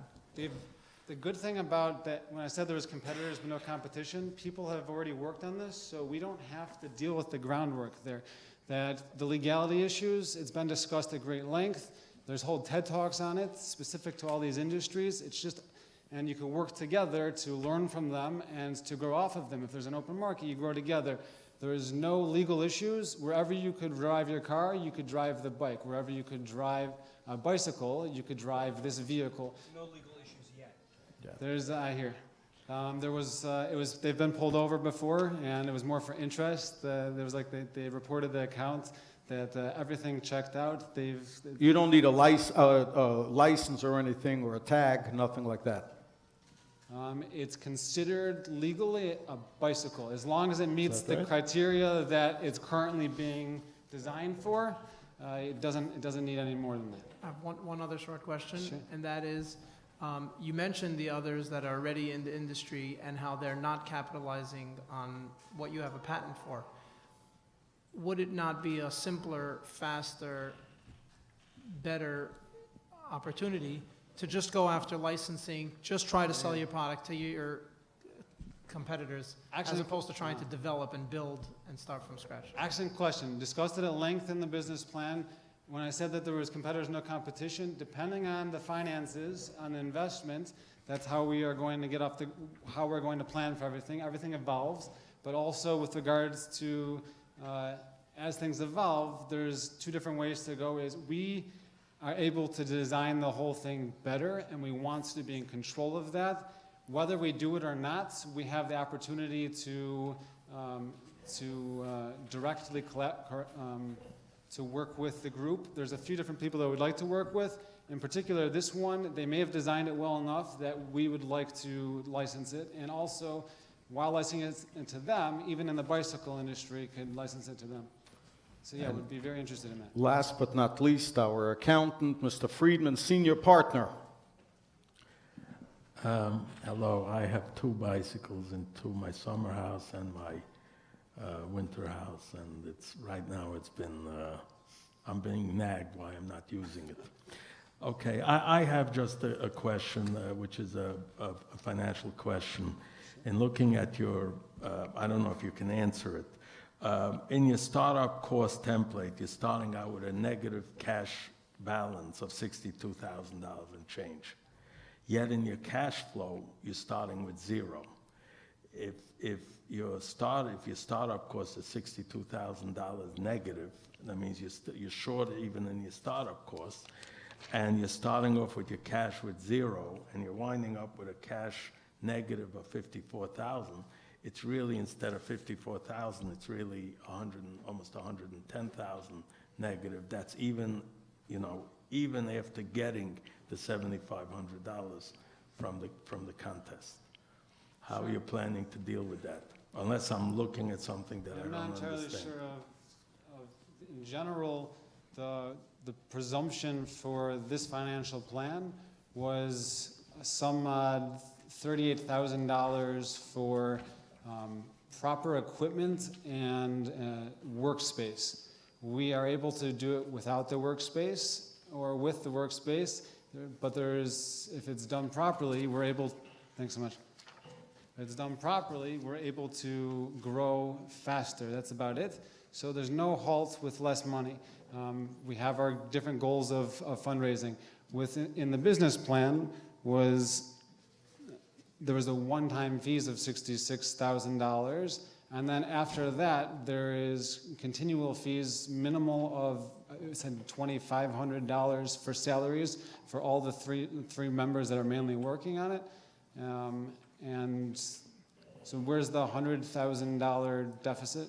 Well, if you're starting with a deficit of 62 and you're winding up with a negative cash of 54,000, that He's covers probably your missing a expenses. page. Did you send them all the pages? Maybe I'm missing a page. 62 was paid already. It doesn't say that. Was the 62,000 that he's mentioning paid already, or the 66? Is that money you already invested, or is that money you owe? There is owed money that is written in here, and it says that it's, I mean, it's not owed, it's been paid out of a part, we've already invested in the company. But by the way, you should never know of that, but this is like an IRS audit, okay? So you're getting Beautiful. some real, hands-on, experience here. An IRS auditor wouldn't catch this. No, okay, no problem. We also wouldn't have the air conditioning And by on the if way, this I was want an to make IRS audit. since I have the microphone, I just want to make a comment with the baby room. He mentioned the $10 million number. If I were your accountant, I wouldn't let you sell it for $10 million. Don't sell yourself short. Ooh, tough. Anyway, thank you very much. I have one final question for you. How did you get here from Morristown? Did you come with one of your bicycles? Right, with flying on a Velaboom bike, right. Is that how you got here tonight? On the wings of an eagle. Okay. That's why we're leaving. Okay. The bicycle, the general thing to have in mind is it's not being sold as a bicycle. There is a new market for transportation, and this meets the niche. Thank you so much. very much. Wow. We're going back to the shtetl, the horse and buggy. He needs his business plan back. And now we're up to our last finalist, ladies and gentlemen. We're going to go through, we allowed it 10 minutes for each one. Then Rabbi Wordy is going to collect all the charts from our honorable judges, who will go downstairs to Jack's, and he is going to calculate the winner together with his group of people, and then we're going to be announcing the winners, and in Mirz Hashem, you'll be out of here no later than about 19 minutes from now, or maybe 20 minutes. Acher and Chaviv, this is a husband-wife team. I guess it was supposed to be just the wife, but we husbands know, when to pitch in, when we have to pitch in, so, the lawyer is shaking his head. So, you don't specialize in divorces, do you? No. Okay. Just business divorce. Oh, okay. So we call upon Yetta and David Feldman. They are the owners of, now I don't know how to spell it, it's X-IT. So Mrs., if you'll stand behind the podium, please, if that's okay, and you can stand on the side. This way, she's the authority. Okay. Oh, you need another microphone. Whoa, you're pushy. Whoa. Can we turn the, here we go. Okay, 1 minute of presentation, that means 30 seconds each. Actually, we'll give you a minute each. Is that okay? I'll just be speaking for the Oh. presentation. Good evening, Normally everyone. it's the opposite. Okay, no problem. Never mind. Good evening, judges. Good evening, audience. My name is David Feldman. My wife's name is Yetta Feldman. We are the co-founders. We're the co-founders of X-IT Performance Wear. We're going to be making high-performance, quality sportswear for religious women. This is basically a business that seems very close to the business that was introduced before from Nicole. And so our business, whether it is for religious reasons or cosmetic reasons, the religious women who are wanting to dress modest while working out are going to love our product. You see nowadays, religious women are working very hard. They have a very busy schedule. They're entrepreneurs, they're businesswomen, and they try hard to set aside a time to take care of themselves and work out. And myself and my wife are health and fitness enthusiasts for a long time, and we want to make sure that these women do not have anything that prevents them from getting that workout in. Oh. X-IT Performance Wear is product. Our first product is going to be a skirted legging. I don't know if you're familiar with professional golf players or professional tennis players. There's a product that's available for women that is a skirted legging The only thing is that it's very short and does not meet the standard of thickness. Our product is going to be pretty much the same concept, just we're making to make sure that the skirt that is on top of the legging is of the same quality, which is high standard, and meets the standard of whatever the Jewish modest woman wants. Excellent presentation. We're now going to get One last 10 thing. seconds, Looking at the bigger picture, 20 it seconds. has been scientifically proven that exercising releases endorphins, which makes you happier. It's basically just acts just as an antidepressant. If you have a woman that is able to exercise, it will make her happier. Happier woman means a happier husband, means a happier family, means a happier community. Okay, we got it. Okay, all right. Excellent. We're going to fire up some questions. We're going to ask the attorney to lead the questions. I haven't really been asking too many legal questions, and I'm not going to start now, but because I think the legal stuff generally it's important, but really the most important part is the viability of the business and the viability of a business plan. So I think for all of you, and these are all excellent ideas, is let's get your businesses off the ground, and if the business is successful, good lawyers will find a way to solve any issues that you have. That should never be the first question. So my question is really more just about your model. You talked about, I mean, it's literally a cottage industry, and you're talking about manufacturing in your home. What are your plans, God willing, if this is successful and it grows to scale production? Okay, so basically I'm a professional sewer, my mom's a professional sewer, and I could sew the clothing at home. I actually said in my business plan that if we do get the finances that we have, and either through winning this or through me or through any other competition that I will be part of, we are only going to be developing the designs of the product in our house. The rest is going to manufacturers. We have been in touch with the past 2 weeks with tech pack makers, manufacturers. I went to trade shows. I have contacts in China, contacts in Colombia. So we are looking to go mass manufacturing.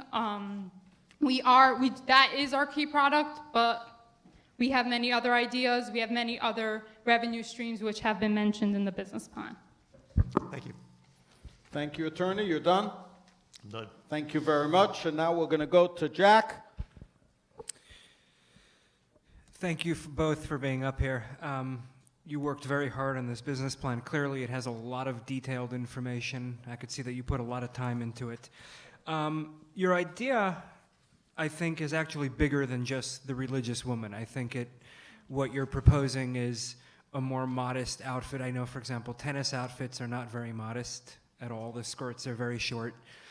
My question, though, is both of you are going to be running this company, right? Okay. How are you going to support yourselves if you're going to be working and building this company? And if you're building a company, it really is a full-time job. How are you both going to support yourselves and do this at the same time? I noticed from the plan you're not going to be taking a salary. My wife's going to talk about it. Okay, so I currently have a full-time job. I work as an accountant, a consultant, and I'm planning to stay there until our business could support us, because we do have our own apartment and we have our own expenses, and I do not want to take money from the business in order to put that in. My husband is available full-time for this business, moreover than full-time, and I am very good at balancing my life. I've been in college full-time while I had a full-time job, while I tutored, and while I was married. So I'm very good at balancing. I work my weekends. I'm a person who, if I'm not working and I'm not accomplishing and I'm not going forward, I get depressed. I cannot have a minute free. Vacation is when I answer emails. So he will be doing the full-time part, and I will let go of my accounting job and my career to go for this business. This is something that I am crazy passionate about. As soon as our business has the income to provide for our salaries. Thank you. Excellent question and excellent answer. Stock. Okay, I don't know what the secrets of Jack's forecast of going into other industries, but that's going to be my question. You're starting off very focused on a single product and a number of varieties, and that's a great place to start. what is the plan beyond the initial product? And I know you mentioned in the business plan also a top, but if you could elaborate a little bit on where you see it growing in terms of product base. Sure. So for the beginning, we have a very specific product we would like to launch at first. We think it's a key product that's very needed. For the future, you see, for example, the sports brands that are already successful, such as Nike and Under Armour. The variety of product is not very vast. They basically have a pair of leggings, and every season they come with a newer one. They come with a different one that's on trend. The older one goes out of trend, and et cetera, et cetera. So we think that key product is going to come back every season with a different design. And we think we can improve it, and we think we can make it look better so that people are still interested in buying it. It's also seasonal, so we're going to have to make different products for winter and for summer. And this is basically what's going to come back every year. Aside from this product, there's also other product that we mentioned in our business plan, such as a long sleeve t-shirt, which is going to be also a product very needed for the businesswoman. In the winter, it's not as much as a problem because we can find t-shirts, shirts that are long sleeve and protect you from the cold. But in the summertime, people are looking for t-shirts that are light and that do not keep you too warm, and short sleeves are basically what you find in stores. We're thinking of making a t-shirt that is going to answer the needs of modesty. Yeah, I'm a big runner, and I work out. You'll see me at Crunch or at the park. And I started running 4 years ago. I started running because my husband was running, and the first thing I said to him was like, what am I gonna wear? And he said, just wear whatever you want, no one's looking at you. And I look in the mirror every day at myself. I look at myself in the mirrors on the street, and I cannot imagine no one's looking at me. And that was something that was very hard for me to get over. After 2 years, I found those tennis skirted leggings. And I was using other stuff before, and I have many issues with what's out there. Skirted leggings is the main issue, and it's what I have my own running group. It's what my running group needs. It's what anyone who goes to Crunch asks me, where did you get that? Are you looking to make one? When you have it, can I be a tester? That is our key product, but there's many, many areas. For example, married women covering their hair, long sleeve t-shirts, 3/4 length sleeve t-shirts for the summer. There's children's wear, there's pregnant women clothing. Our key product is what we explain, because that's what we are gonna be that's what we're going to be branded as and known for, and then the people who need that will also be needing other products, and they'll come to us for the other products. You're on a roll. You've already made it, and you actually use it. I don't use the one I made because it's still in middle of being designed. I'm working on a bunch of different designs. I wanted something that solves the needs and solves the problems of what the current customers are using. But I use something as a substitute that I'm trying to replicate in SNEAS. Thank you very, very much, Jetta. Wow, what a powerhouse in the world of fitness and health.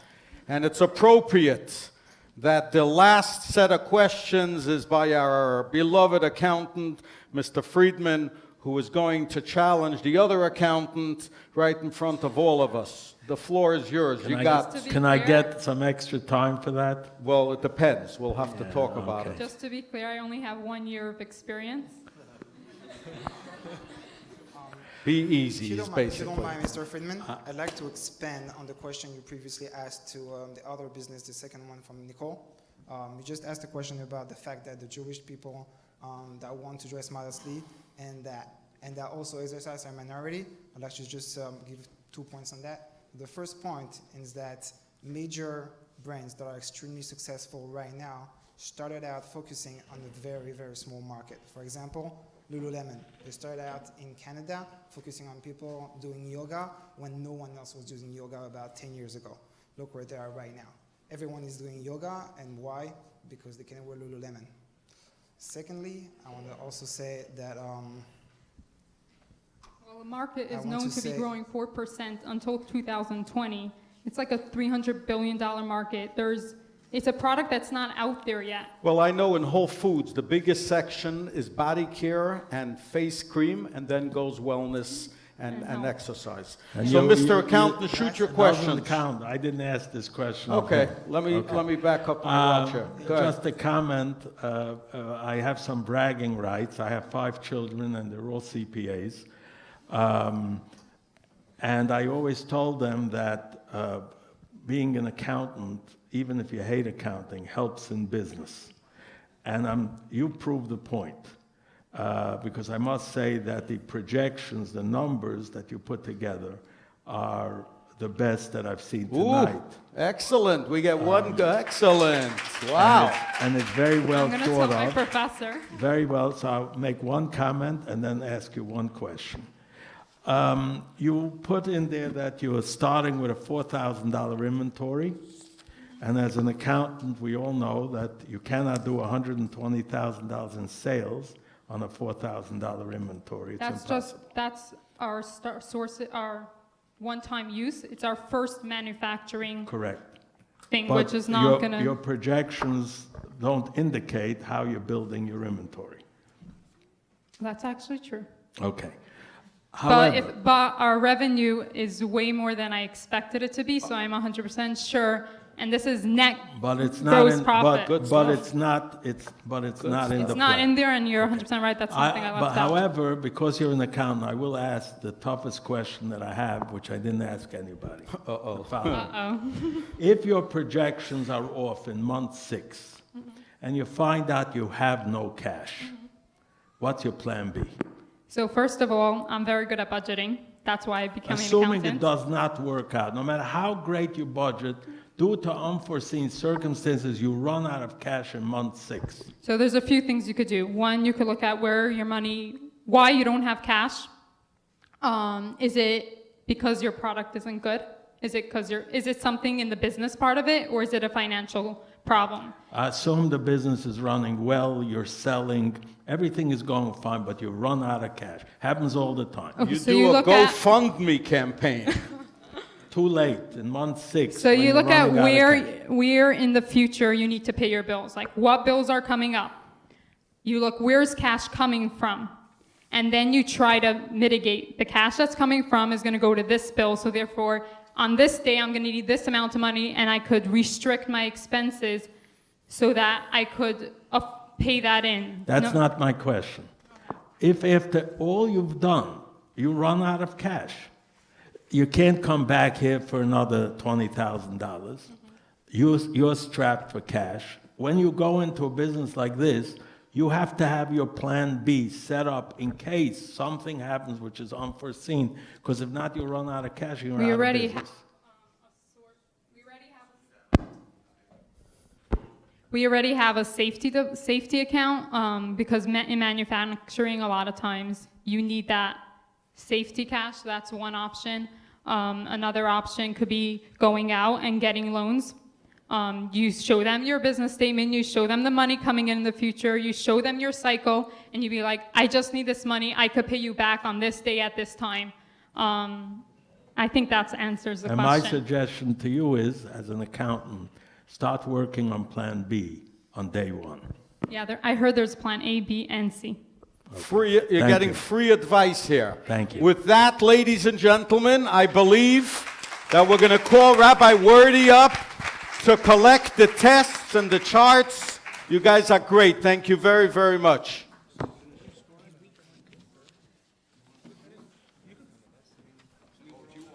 If you need a way into Whole Foods, hello. Never mind. All right, here we go. We're ready? Don't worry. Just you take the marks. Get the security guard. Are we done? What? You're taking the judges with you? Whether you win or lose, the judges go in. No one knows that song from Color War? Huh? Okay. The judges are now going outside. They're going to decide which one of our 6 finalists are going to win. Now, we have to stretch for about 8 or 9 minutes. Any suggestions? Huh? No. Once we lose the crowd. So let me just tell you a small story that happens every single week that I think is important for all of us here. Baruch Hashem, we're all from. My uncle, Mr. Aaron Rubashkin, taught me a lot of things as a legend. One of the things, ladies, this is not a parlor meeting here, please.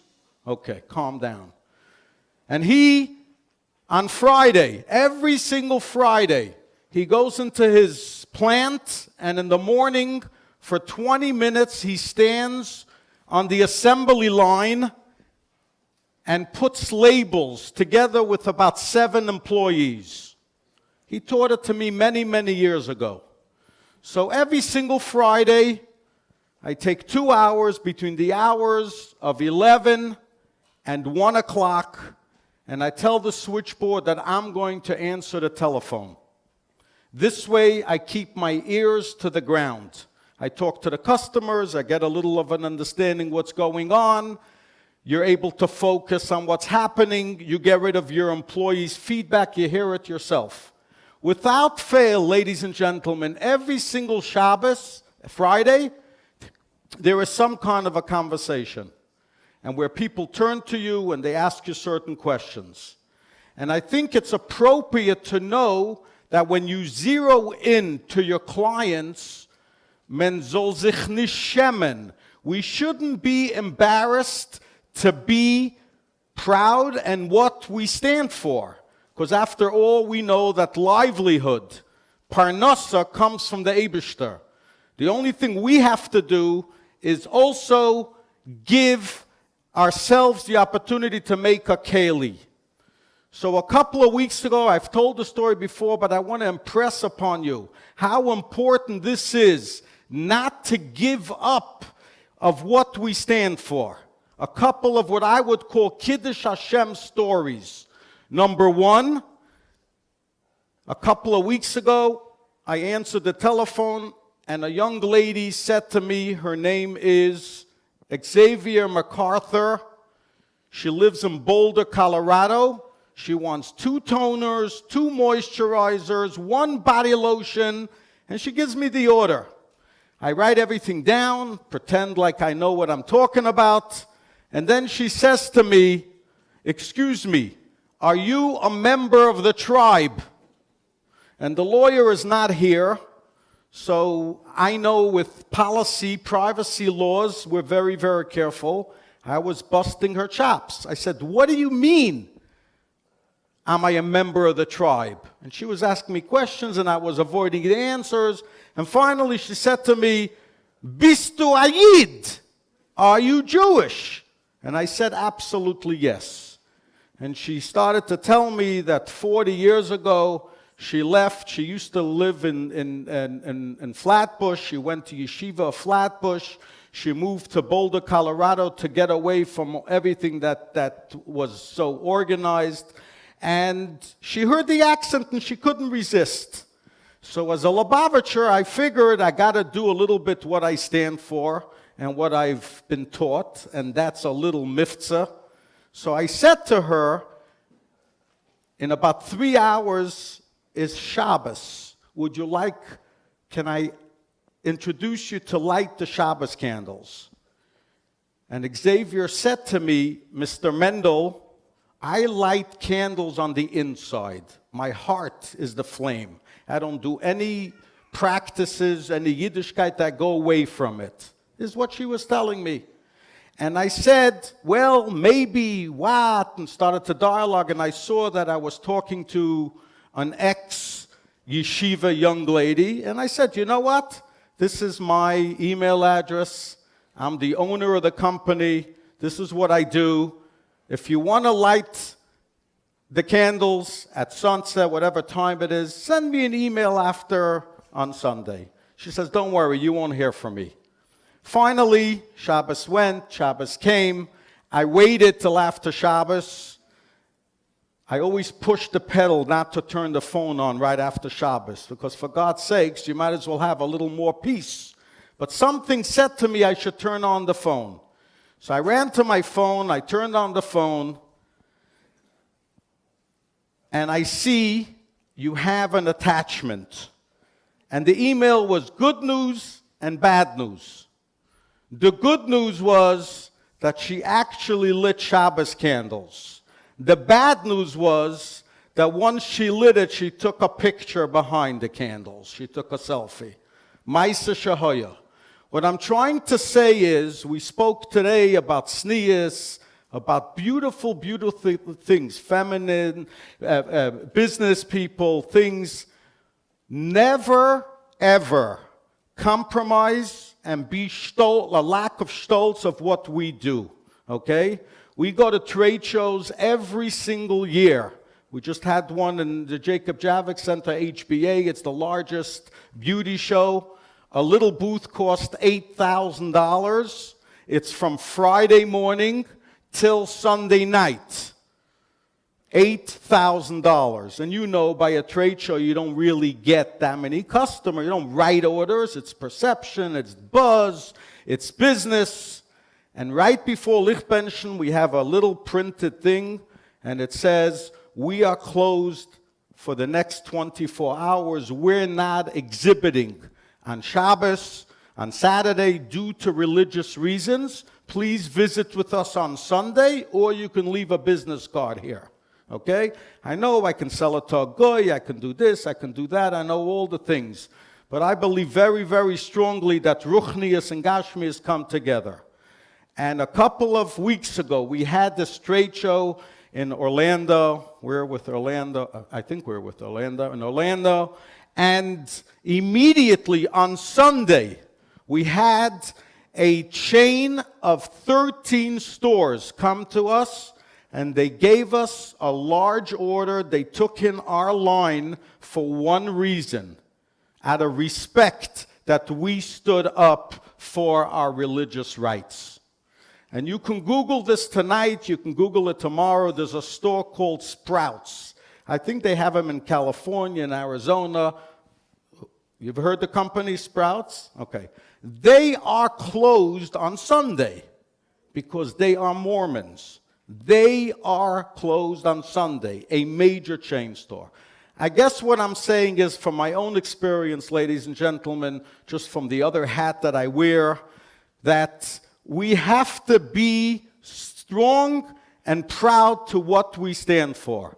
I once walked out of a Target order for $1 million, not with this company, because I wasn't able to respond on Saturday between 10 and 12. Are we ready, Rabbi Yeshua? Okay? And the lady said, I'm sorry, if you don't call us between now, you're not going to get the order. 6 months later, okay, you don't want to hear from me, so let's get the judges back on the... You do want to hear the end? 6 months later, after she washed the floor with me, and she said, what? You close your business for 24 hours? When do you wash your car? When do you go to the movies? When do you do your shopping? She looked at me like I was some weird human being. 6 months later, not only did she give us the order, but she said that they changed the policy of the corporation that due to religious beliefs, if you cannot call in or meet with us at a certain time, there is an exempt. You know what? We're scared in the beginning, but then you stand tall. I live on a plane. I'm on a plane every single week, and sometimes I run on, and my tzitzis is flying. I try very hard, and I get all these looks and things like that. I kill them with kindness. We talk, we explain, we stand tall, we do what we need to do, because after all, this is what this world is all about. So without further ado, ladies and gentlemen, the judges, can we get a drum roll? Who's announcing the winner? Does someone have a winner? Rabbi Wordy, I think, ran to Empire Boulevard. Okay. Rabbi Wordy, please. First of all, where's the check? That's the first thing. Let's see the check. Can we PayPal? That's a fake check. Where's the real check? This is Paul. Ralph also has a check like that. Whoa.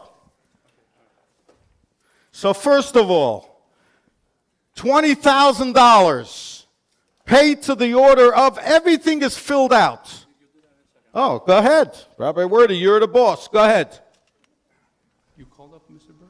Who? You did that? Did what?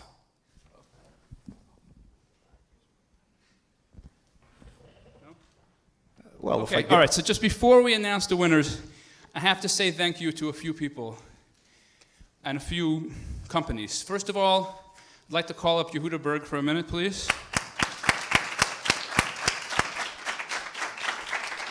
CHYE has been blessed, and in the last 2 years, we had acquired Yehuda Berg Services.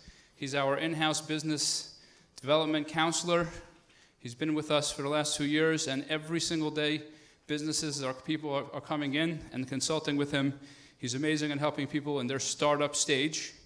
And every single person, almost every single contestant that was part of this program spent time with him. It wasn't just that we taught classes, we helped people step by step. And after this competition is over, he'll still be there. And we're really very thankful for Yehuda's fine services. Thank you very much, Yehuda. Goya. All right, number 2 is before I announce the winners. To make this competition, this has been the most sophisticated and the most expensive program that CHYE has ever put together. We had to raise a tremendous amount of money, not just for the prizes, but for all the costs associated with making this program. And I want to thank each of our sponsors, and I'll start with our major sponsors first. I'd like to thank, as you see up here, Saul M. Friedman and Company.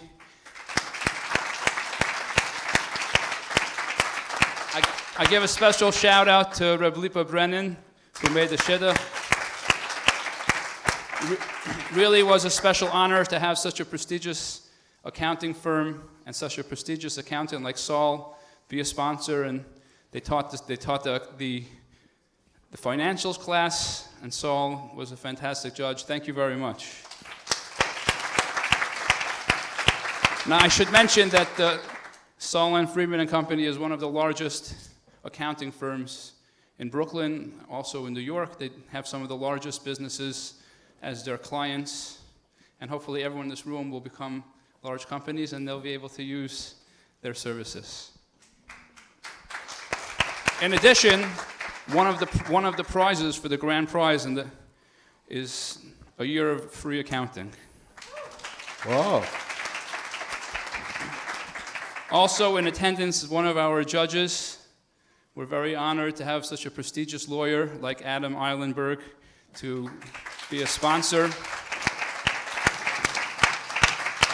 Adam is a tremendous business lawyer, and I do know that there's definitely one big startup in this community that has used his services, and really it added to the prestige of this competition to have such a high-level lawyer to be a part of it. Adam, thank you very much.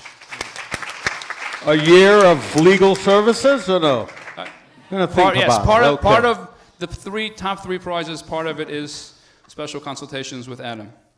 I'd like to thank the Smetana family and Advantage Wholesale Supply, who is another major sponsor. I was hoping they would come in tonight, but they didn't make it.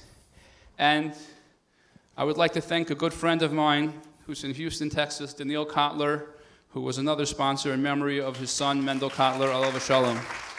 So we had a Houston representation.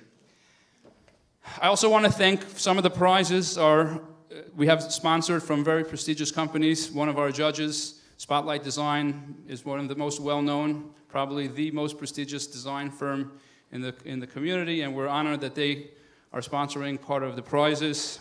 A special consultation with Spotlight and our judge, Reb Zalman Stock. Thank you. I'd like to thank, he's not our sponsor, but he's a CHYE board member, Jack, and Jack's Gourmet. Thank you very much. We also have sponsors, Ajax Union, Yossi Applebaum, who's going to be giving the marketing segment of the prize. Aaron Feller, who's doing the business development sponsorship. And then COL Live. I was hoping the Sofers would be here, but they were a tremendous sponsor. They were a media sponsor, and they posted all of our stories and all of the news associated with this. Thank you very much, COL. And I want to thank all the members of the CHYE Founder Circle. CHYE is a community organization that's wholly supported by the support of people in this community. We could not do it without their support, and we need more support, especially if we're going to grow. And in the big flyer, we put many of the logos of our Founder Circle members. Thank you very much for those of you in the room, for those of you that are watching. I hope that you'll stay with us. I'm gonna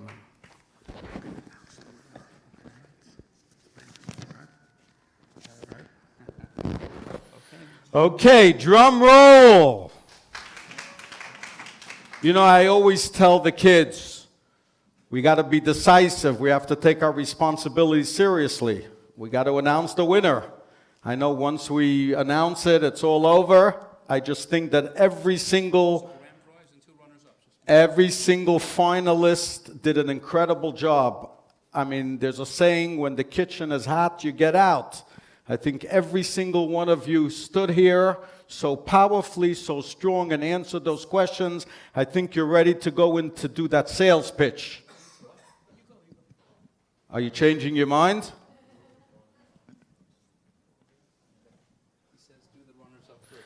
So, the runners-up. Before we do the runners-up, I just want to say... I think Rabbi Wordy is nervous, guys. No, really, to all of the contestants that took part of this, and to all What you have to say is everybody's a winner. Can I say it? Yes. Okay. So to all of you that are, all the contestants, the finalists tonight, and all of you that participated in the program, you're all winners. You all took part in this. You did amazing jobs writing your business plans, and you gained a tremendous amount.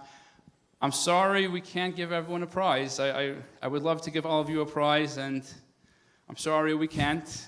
We had to follow the rules of the competition, and we have to pick 3 finalists. So we're going to do the two. There's a grand prize and there's 2 runners-up. So we'll do the 2 runners-up first. And so coming in at 3rd place, we're going to call up Best Costume, Nicole Marcella. What does she get? $10,000? Right, it's the $10,000 prize, which is $1,250 cash for the business, and the rest is the business services, the legal services, the marketing, the branding, and the business development. Stand So next just if you could take this and smile for the camera. Okay. Thank you very much. Great job. And all the judges thought you did a wonderful job. Excellent, excellent job. Okay. For our second runner-up, who scored just a drop higher, 300 points, we'd like to call up Exit. You should have made this into 2 5s, one for her and one for her husband. Oh, okay.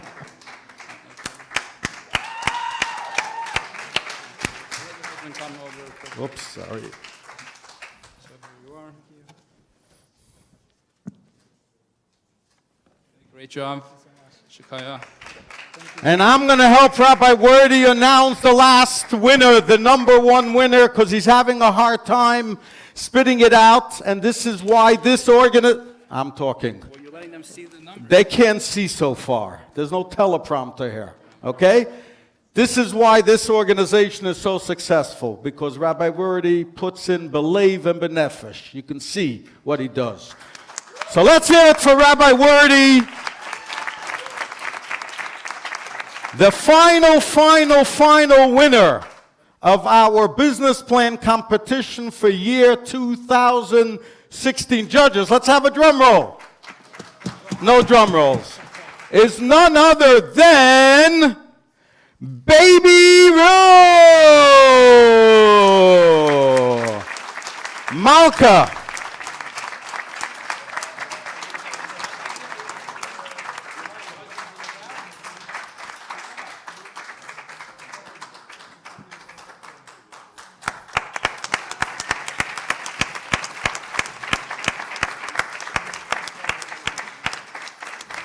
Yeah, let me come. 1 second.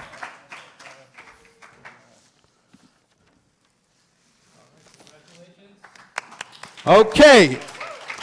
Thank you, everybody, for coming. I hope you enjoyed, and look forward to Great more job. things to come. Thank you, thank you, thank you. Good night. Don't forget to drive safely. If you want one of those bicycles, please see, what's his name? Boy.